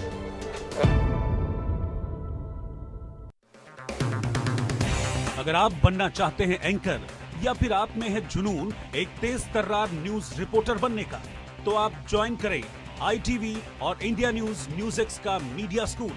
ITV next media international school का कोर्स आपको मौका देता है देश के दिग्गज एंकर्स के साथ काम करने का.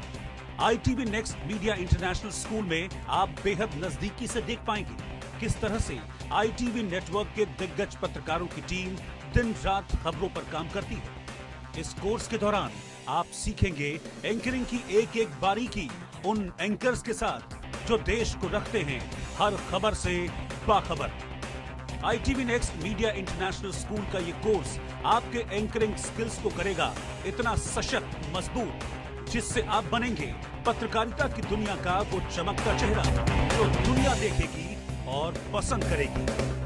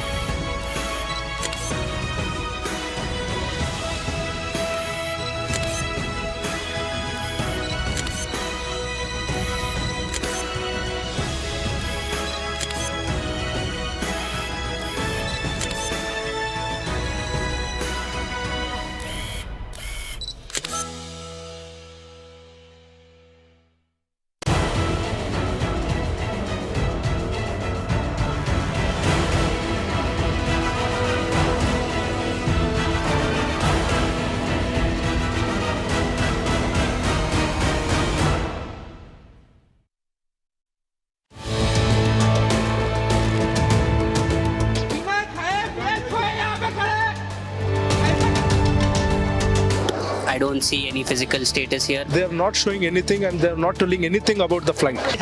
The marriage is on, but the bride has to reach there. The flight is also cancelled and today one of my friend's daughter marriage is there. अच्छी नहीं है ना, किसी पब्लिक को परेशान करना है, कुछ तो अपना करना चाहिए, कुछ रास्ता बनाना चाहिए. वेरी रिडिकुलस, ये बहुत गलत हो रहा है.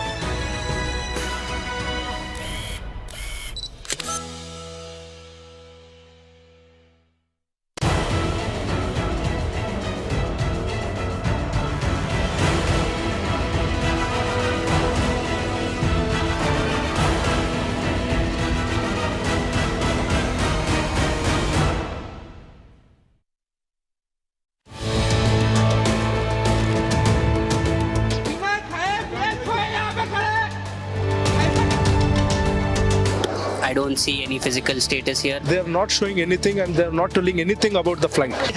The marriage is on, but the bride has to reach there. The flight is also cancelled and today one of my friend's daughter marriage is there. अच्छी नहीं है ना, किसी पब्लिक को परेशान करना है, कुछ तो अपना करना चाहिए, कुछ रास्ता बनाना चाहिए. वेरी रिडिकुलस, ये बहुत गलत हो रहा है.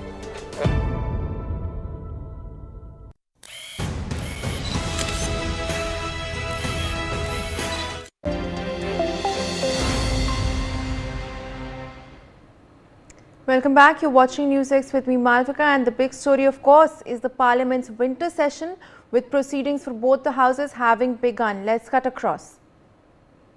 महोदय, सरकार के द्वारा प्रस्तावित गैस करण मिशन का हेरिटेज का मैं स्वागत करता हूं, स्वागत योग्य है, लेकिन जब स्थानीय लोगों के जान, स्वास्थ्य, सुरक्षा और आजीविका खतरे में, तो ऐसे चीज़ों पर ध्यान रखना चाहिए और धरातल पर उतारने का प्रयास होना चाहिए.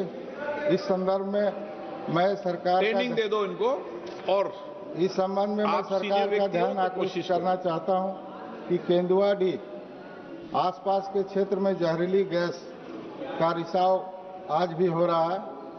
दुर्घटना, कई बार दुर्घटना भी हुआ है। प्रभावित क्षेत्रों के लिए लोगों को पुनर्वास की कोई व्यवस्था नहीं है। खनन गतिविधि पारदर्शिता नहीं है, जिसके कारण लोगों को काफी परेशानी हो रही है। प्रेमचंद्र जी ने चिंता व्यक्त की है कि संसद की गरिमा को देखते हुए संसद में एक संसदीय क्षेत्र की अपेक्षा हम देश की चिंताओं पर प्रश्न लगाएं तो उचित है, ऐसा एनके प्रेमचंद्रन जी का आग्रह था। यही है ना?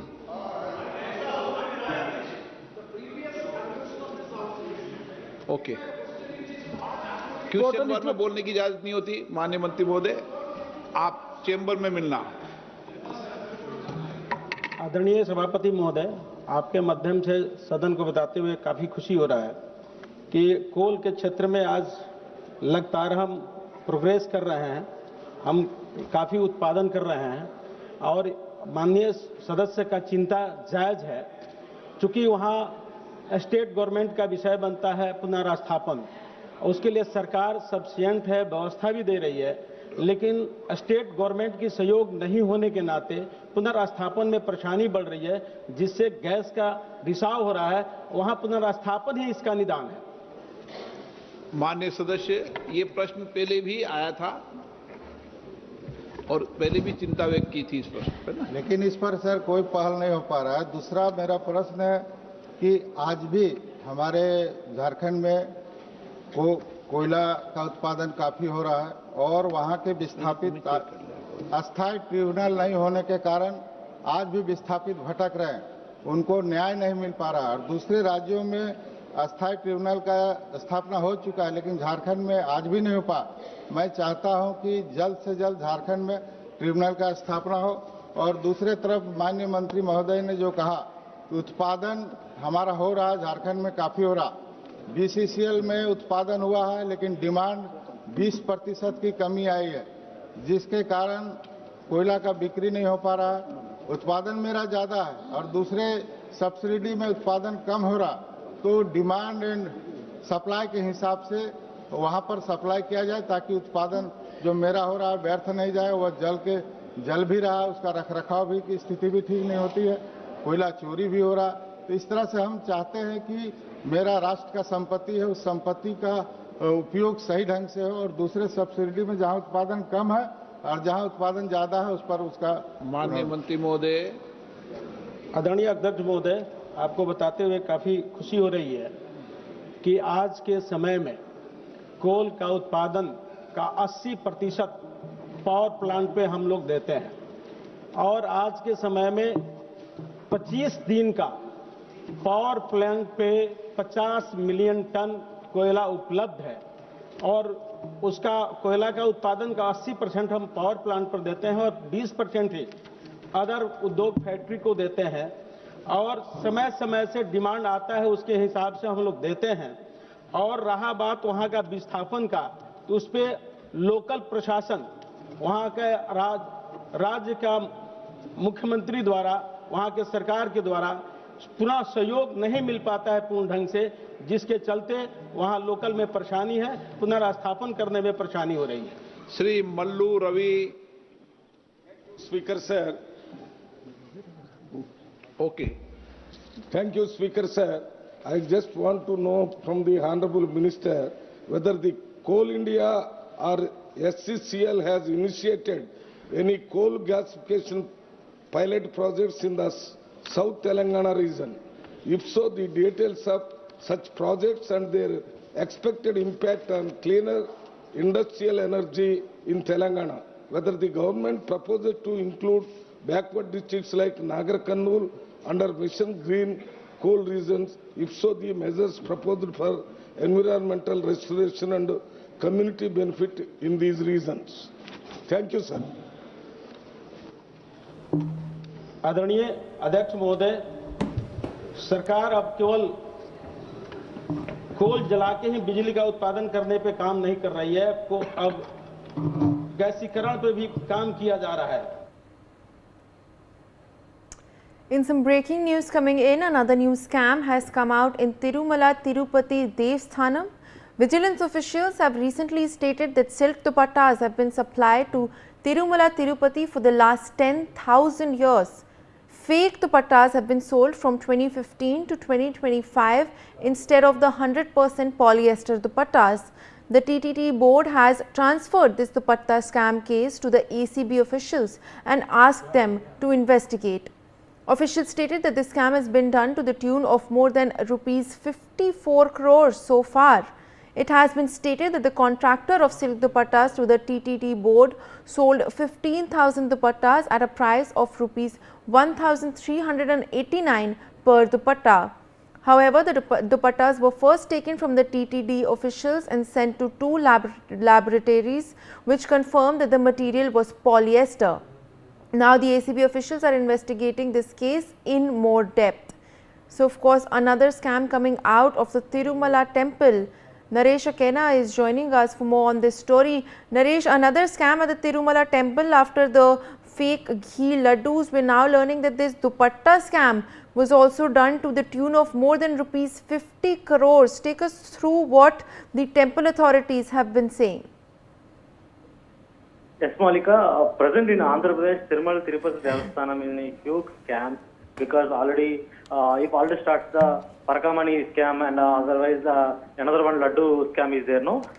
Totally two scams now they are entered into third scam. Laddu controversy, after the Laddu controversy, now the silk dupatta scam is vigilance officials officially they spoke about that nearly about 50 crores scam is done here regarding the 2015 to 2025 year. Now we can discuss about the clearly about this board. What is TTD board is saying that refer the dupatta scam to the state anti-corruption bureau, asking to identify those behind alleged fraud as a copy of the TTD board resolution, which is actually describes the details of alleged scam with NewsX, and the TTD present silk dupattas to donors and other devotees during the Daiva Darshanam at the Ranganayakalu Mandapam during the VIP break darshan slot inside the Tirumala temple. Donors and those who purchases are VIP break darshan tickets to facilitate by price here. The authorities procured the large quantity of the dupattas worth several crores of rupees time to time. Allegedly, the scam unfolded that when TTD headed by the chairman B.R. Naidu directly its vigilance and security wing to examine if the dupattas met under the specifications, the norms of the state. Dupattas must woven entirely the pure Mulberry silk using 20 by 22 denier as in the both warp and weft with a result minimum count of 31.5 denier. Each piece must display Om Namo Venkatesha in Sanskrit script on the side of the Telugu, on the other alongside symbols of Shenku Chakra and Nam size weight of border design also specially defined. Based on these findings of vigilance and wing department, it has become clearly that the tender defaulted to the temple trust supplying cheaper polyester material. The trust board passed a resolution to request the Director General of ACB to carry out a detailed investigation and initiate the criminal action against everyone involved in the scam. And B.R. Naidu stated that vigilance officials collected the samples fresh stocks at the warehouse in Tirupati and from approved stocks at the Vaibhavastu Mandapam as follows. Now the total the scam now 2015 to 2025 nearly the state said 50 crores about the scam was done by the these people, and completely vigilance officers states that 50 after the 50 crores of scam now it's entered to the case is now in the hands of the ACB, and the ACB is looking after that case. Malvika. Well, Naresh, thank you so much for joining us with all of those details. Let's shift focus now to the Goa fire tragedy.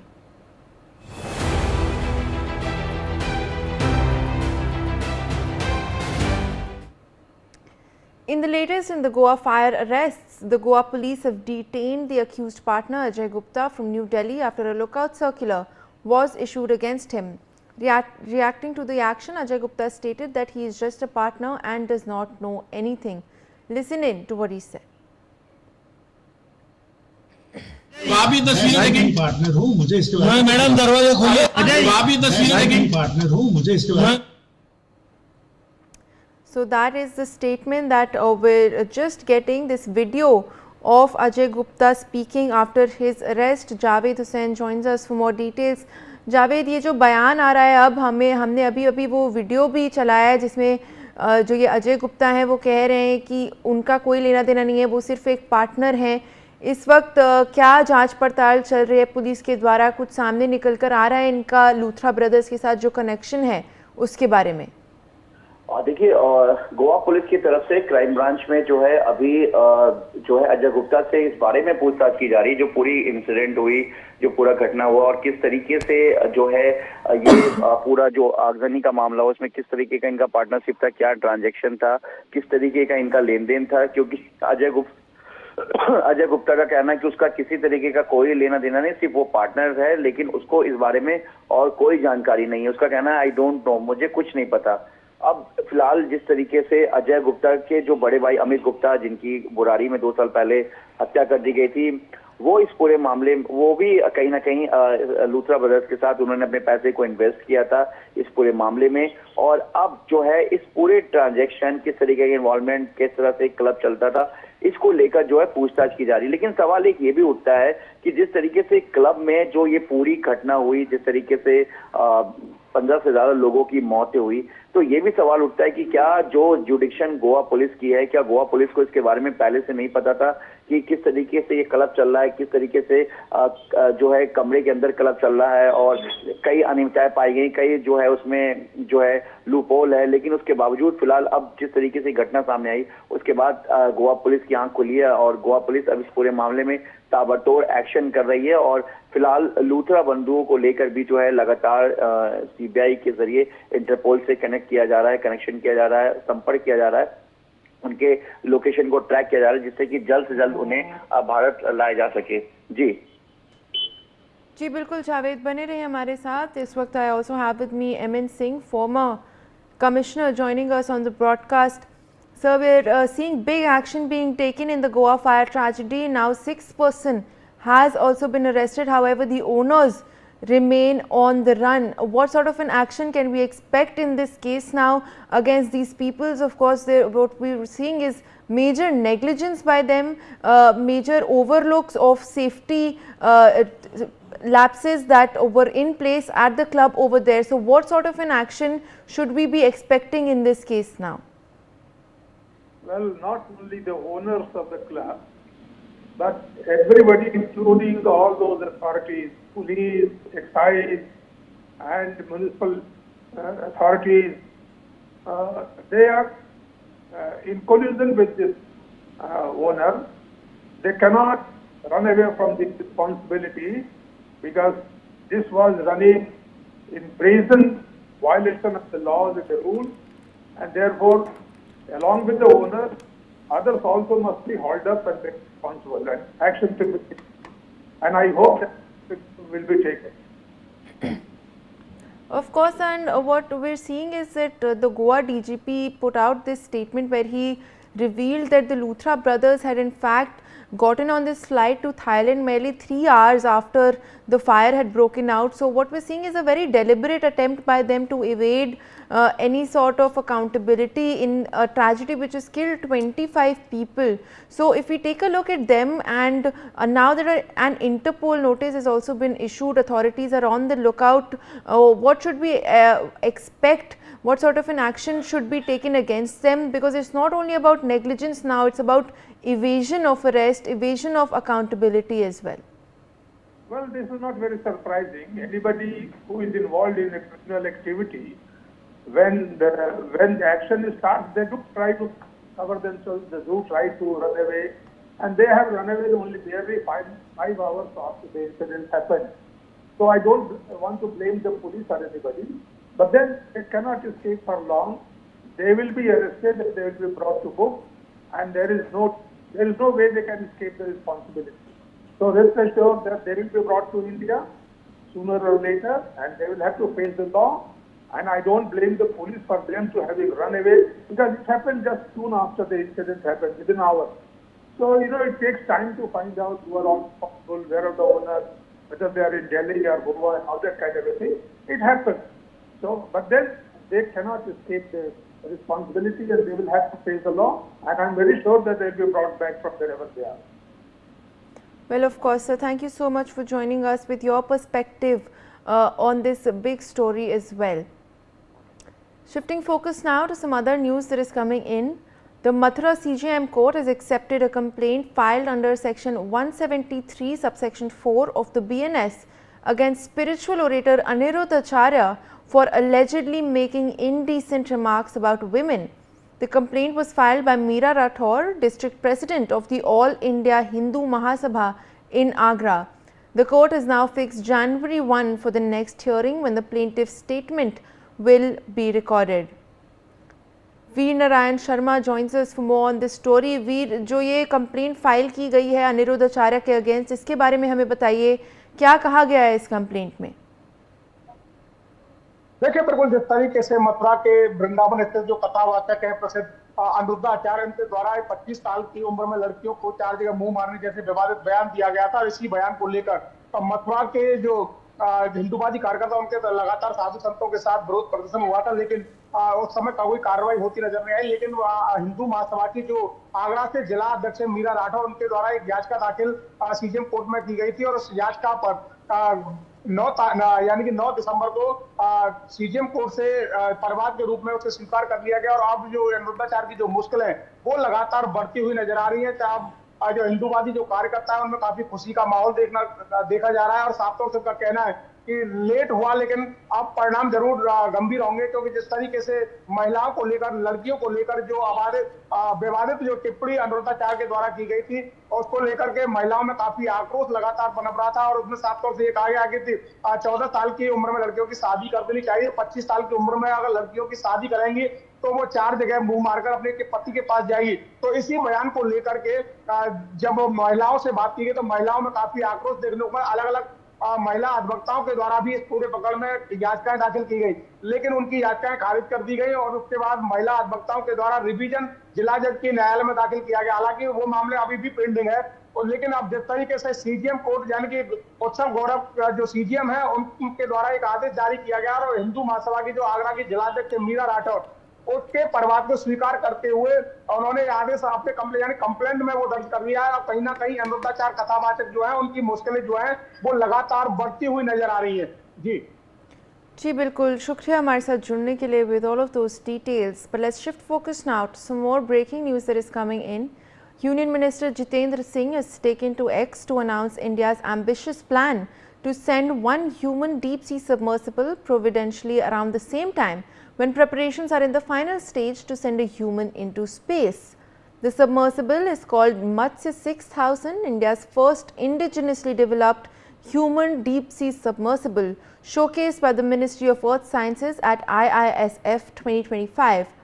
The minister added, and I quote, with the target for its first 500-meter manned dive by 2026 and 6,000-meter by 2027, Matsya 6000 will put India among the few nations with ultra deep sea exploration capability.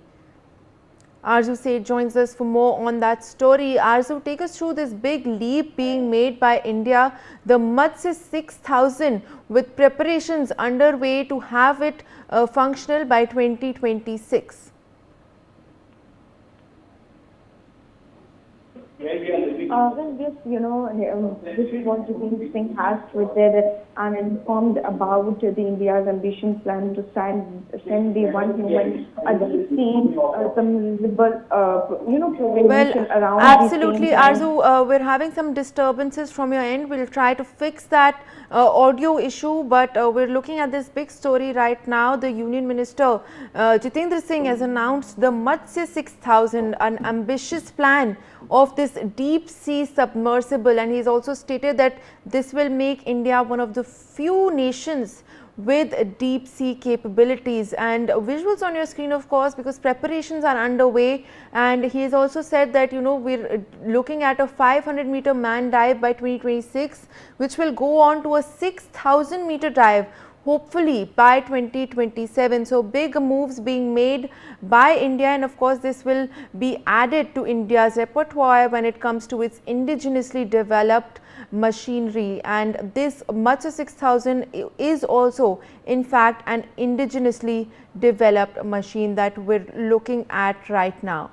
This announcement has been made by the Union Minister Jitendra Singh. and it will be India's first indigenously developed human deep sea submersible. So that again is another key point when it comes to taking a look at India's capabilities in the sea. Arzu Seth is back with us on the broadcast. Yes, Arzu, take us through this project by the Indian government. Well, definitely, Union Minister Jitendra Singh has tweeted about this, and here is India's ambitious plan to send one human deep sea submersible providentially around the same time when preparations are in the final stage to send a human in space and meet Matsya 6000, India's first indigenously developed human deep sea submersible. Showcased by the Ministry of Earth Science and at IISF to 2025 with a target for its first 500 m manner dive by 2026 and 6000 m by 2027. Matsya 6000 will put India among the few nations with ultra deep sea exploration capabilities. So definitely India is moving forward and exploring the different things in different fields, and this is what Jitendra Singh, in fact the Union Minister, has shared about. Yes. Well, Arzu, thank you so much for joining us with all of those details. Now we have some major breaking updates coming in. Priya Sachdev Kapoor and her minor son Azarius told the Delhi High Court that it does not have the jurisdiction to injunct them from seeking title to Priya's late husband Sanjay Kapoor's immovable properties in the UK and the US.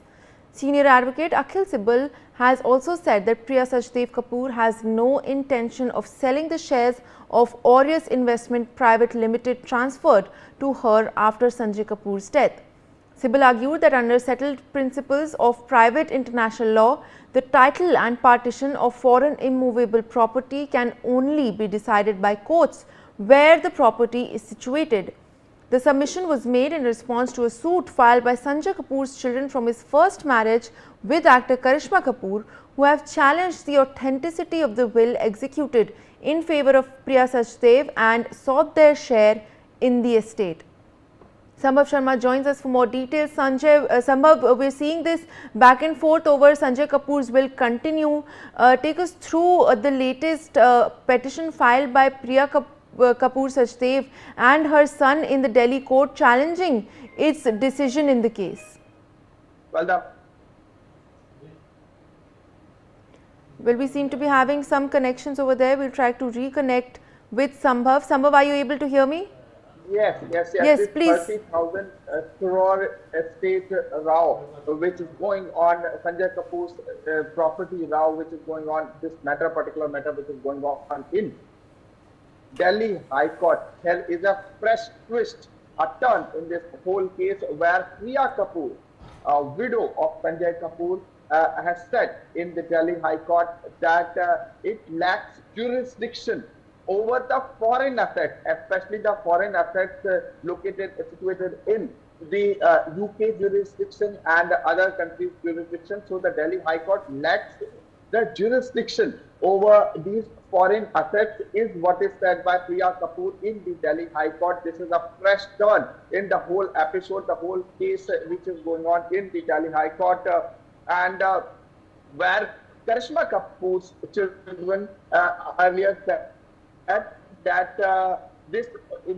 alleged misuse of forged will is done by Priya Kapoor. So there is a battle between, a legal battle between Priya Kapoor and Karishma Kapoor's children, and here in a fresh development, Priya Kapoor has said in the Delhi High Court that the Delhi High Court has no jurisdiction to restrain them from dealing with foreign assets in UK and the United States. And as you rightly pointed out, Akhil Sibal, who appeared for Priya Kapoor and her minor son, has argued that this particular issue concerning foreign immovable property fall within the jurisdiction of that country and court of that particular country, not with the Delhi High Court. And the concerned country's court can assess or deal with those properties situated in that land.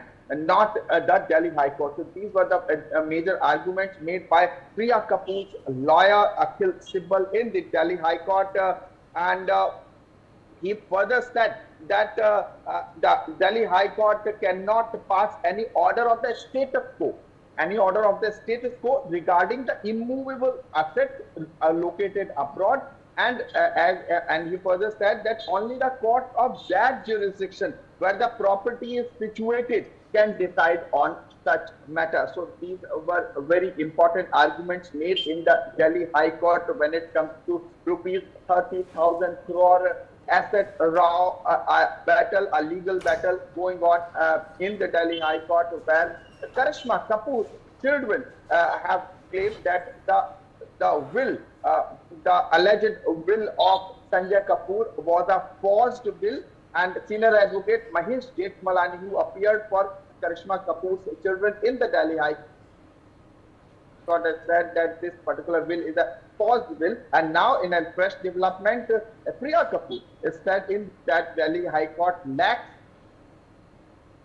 of the immovable properties in other countries like UK and US, and the assets which are there in other countries, the courts of that country can pass any order rather than the Delhi High Court, is what is said by Priya Kapoor. So the legal battle is going on in the Delhi High Court, and it is to be seen what the Delhi High Court said in this particular case.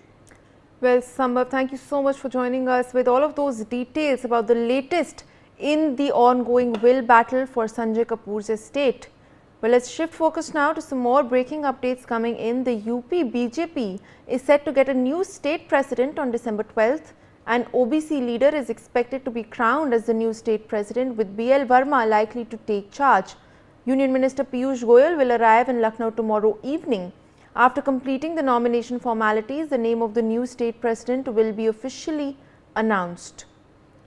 So those are the details that we're tracking with regards to the Uttar Pradesh BJP. We're learning that they're likely to get a new state president on the 12th of December. An OBC leader is expected to be crowned, and we're also getting to know that BL Verma is currently being seen as the favorite to take over charge as the new state president. Union Minister Piyush Goyal will in fact be going to Uttar Pradesh and the capital city of Lucknow tomorrow in order to initiate the formalities for this transition. And after all of the formalities are completed is when the announcement will be made, and we're learning that the change is likely to come on the 12th of December, that is the day after tomorrow. Now, this is what sources have told us. Of course, Piyush Goyal will be in Lucknow tomorrow in order to look over this entire transition. BL Verma, in fact, likely to take over as the president of the Uttar Pradesh BJP. Let's shift focus now to some other information that is coming in. Uttar Pradesh Chief Minister Yogi Adityanath attended the prize distribution ceremony of Founders Week Celebration 2025 of Maharana Pratap Shiksha Parishad. Let's in fact take a look. विकास की प्रक्रिया को आगे बढ़ाया जा सकता है, वहां की शिक्षण और उच्च शिक्षा के संस्थान हो,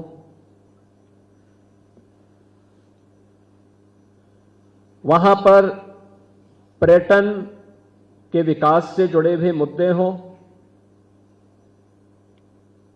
पर्यावरण से जुड़े हुए मुद्दे हों, अन्नदाता किसानों और बागवानों के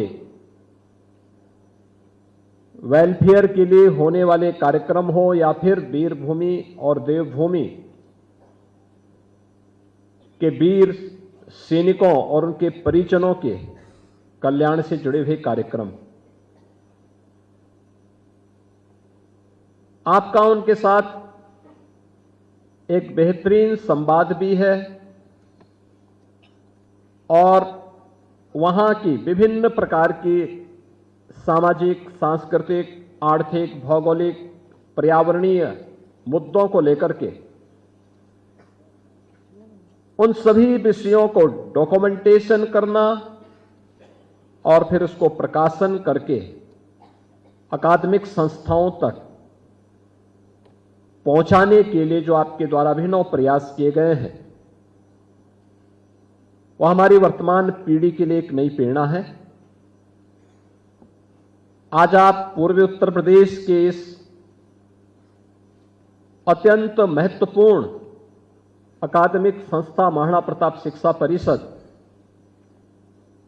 जिसकी स्थापना आज ही के दिन 1932 में हुई थी, इस संस्था के मुख्य महोत्सव में मुख्य अतिथि के रूप में महाराणा प्रताप शिक्षा परिषद आपको पाकर के अत्यंत आह्लादित है।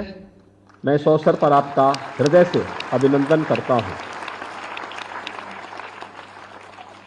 महाराणा प्रताप शिक्षा परिषद 1932 में महंत दिग्विजयनाथ जी महाराज ने इस संस्था की नींव रखी थी। संस्था की नींव के पीछे भी गुरु भक्ति थी,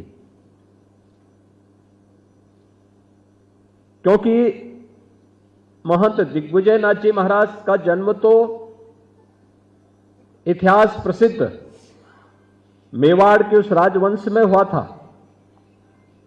जिसने देश और धर्म के लिए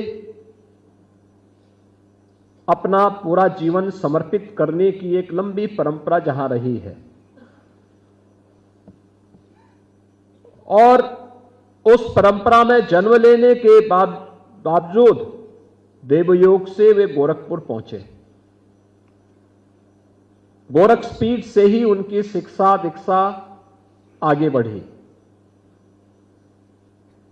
स्वाभाविक रूप से जब वे 5 वर्ष के थे तब वे गोरखपीठ में आ चुके थे, और तब से लेकर के फिर उन्होंने गोरखपुर में अपना उनका बचपन गोरखपुर में व्यतीत हुआ, बाल्यपन गोरखपुर में व्यतीत हुआ। 1930-31 के आसपास एक स्थिति ऐसी आई कि उनके स्कूली गुरु जिस विद्यालय में पढ़ाते थे वहां से उन्हें निष्कासित कर दिया गया। जब उनको जानकारी हुई तो अपने गुरु के सम्मान के लिए उन्होंने जिस स्कूल की नींव रखी वही महाराणा प्रताप कॉलेज और आज महाराणा प्रताप शिक्षा परिषद के रूप में एक विराट वृक्ष के रूप में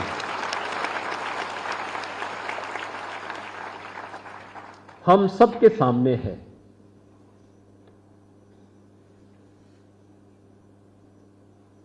युग पुरुष ब्रह्मलीन महंत दिग्विजयनाथ जी महाराज के द्वारा रोपा गया वह बीज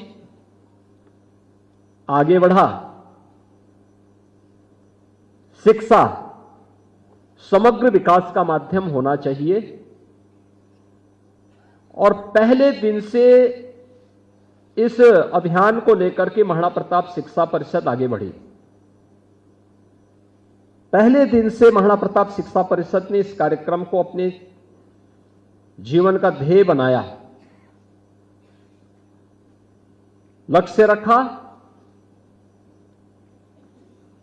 महाराणा प्रताप जैसे स्वदेश और स्वधर्म के लिए समर्पित महायोद्धा को याद करना है। देश जब भी संकट में होता है, देश के सामने धर्म के सामने जब भी संकट आता है, हर भारतीय की मुंह से अपने जिन महापुरुषों का स्मरण संकट के इस दौर में हो उठता है, उसमें महाराणा प्रताप, छत्रपति शिवाजी महाराज, गुरु गोविंद सिंह जी महाराज का नाम हर भारतीय श्रद्धा और पूरे विश्वास के साथ लेता है। यानी ये नाम ही चुनौती का सामना करने के लिए हमेशा हमारे लिए एक प्रेरणा होती है। स्वाभाविक रूप से देश गुलामी की जंजीरों में जकड़ा हुआ था। गुलामी की बेड़ियों से मुक्त करने के लिए किस प्रकार का आदर्श हमें चाहिए, महंत दिग्विजयनाथ जी ने वह बीजारोपण किया।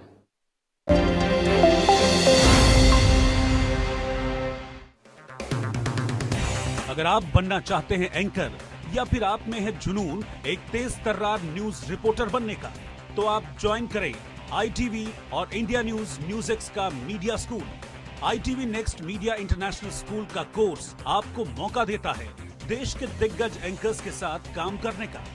ITV next media international school में आप बेहद नजदीकी से देख पाएंगे किस तरह से ITV नेटवर्क के दिग्गज पत्रकारों की टीम दिन रात खबरों पर काम करती है। इस कोर्स के दौरान आप सीखेंगे एंकरिंग की एक एक बारीकी उन एंकर्स के साथ जो देश को रखते हैं हर खबर से बाखबर।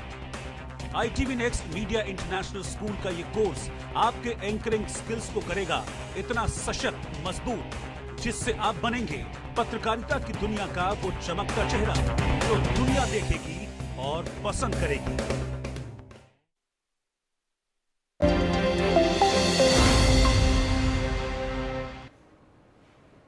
Welcome back. You're watching NewsX with me, Malvika. In a heartbreaking incident, a gruesome rape took place in Gujarat's Rajkot. A 6-year-old girl was first abducted, then attempted to be raped near her home. If that was not heinous enough, when the accused failed to rape the minor, he inserted a rod into her private parts. The girl has been admitted to a hospital in Rajkot. Police interrogated approximately 100 suspects to identify the accused. He was later identified as Ram Singh Ter Singh and was arrested. Let's take a look at what exactly happened in closer details. We will just take you through the details of this gruesome incident that has taken place in Gujarat. So when we take a look at this case and how exactly it unfolded, we learn that a 6-year-old girl was playing outside her home in Atkot village, Rajkot district in Gujarat. So this young child was playing outside of her home just before this incident took place. An unknown man suddenly lured her and kidnapped her in broad daylight. So this man then comes up to her and abducts the little girl, and all of this has taken place in broad daylight. The child's family immediately started searching when she didn't return home. So of course, when after this abduction, the girl's family were looking for her, but they could not find her, after which a search was being carried out by the family members. The accused took the 6-year-old girl to a secluded spot near the village field. So this field where the child was playing, she was abducted from there by this man, and he then took her to a secluded spot close by.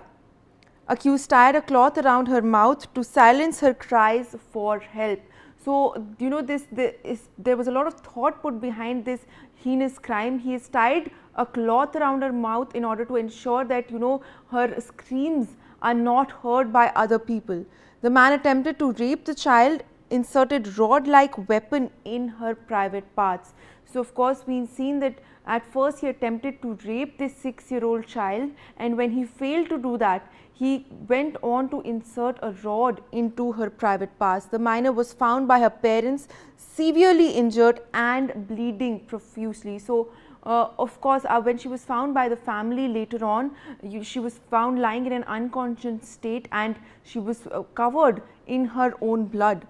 Police arrested Ram Singh Ter Singh within hours. The survivor identified him as the perpetrator. So the girl went on to identify this man who has been identified as Ram Singh Ter Singh, and who was arrested by police after they questioned more than 100 suspects. So of course, the action currently ongoing into this gruesome case.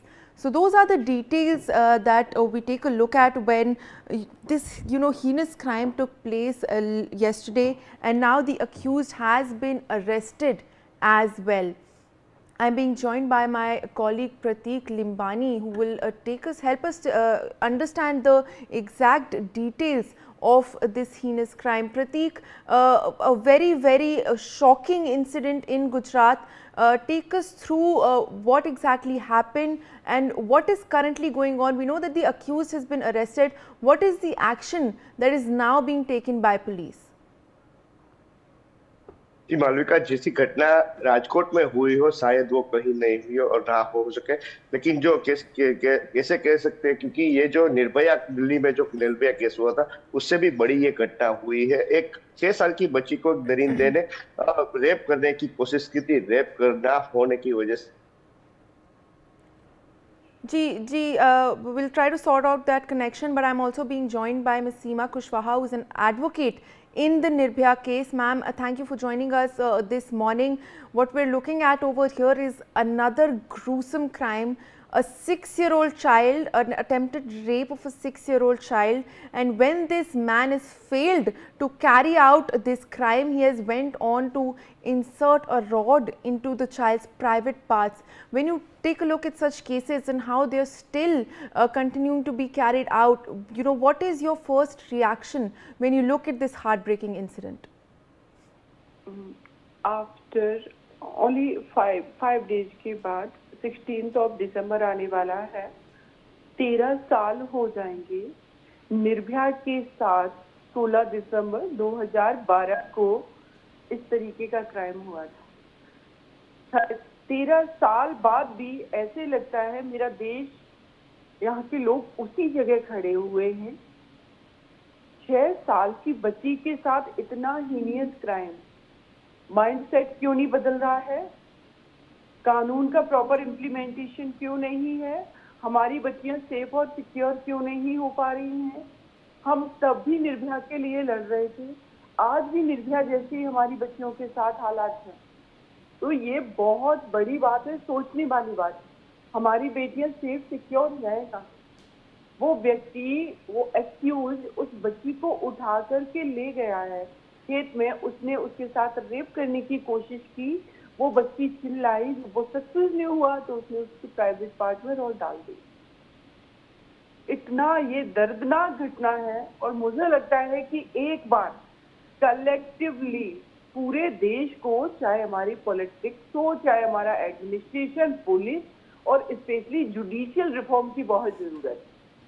क्योंकि अभी हम सुन रहे हैं supreme court of India ने recently 2 दिन पहले ही Allahabad high court के एक जस्टिस ने जो जजमेंट दिया था कि एक बच्ची के साथ अगर क्राइम होता है, उसके प्राइवेट पार्ट्स को टच करना, उसके नाड़े को खोल देना, ये सब अटेम्प्ट टू रेप में भी नहीं कंसीडर किया उन्होंने।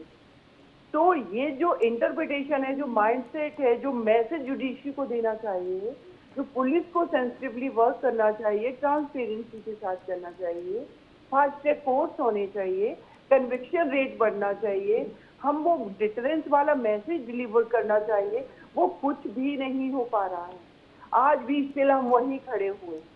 कन्विक्शन रेट हमारी कंट्री में 30% से 25 to 30%।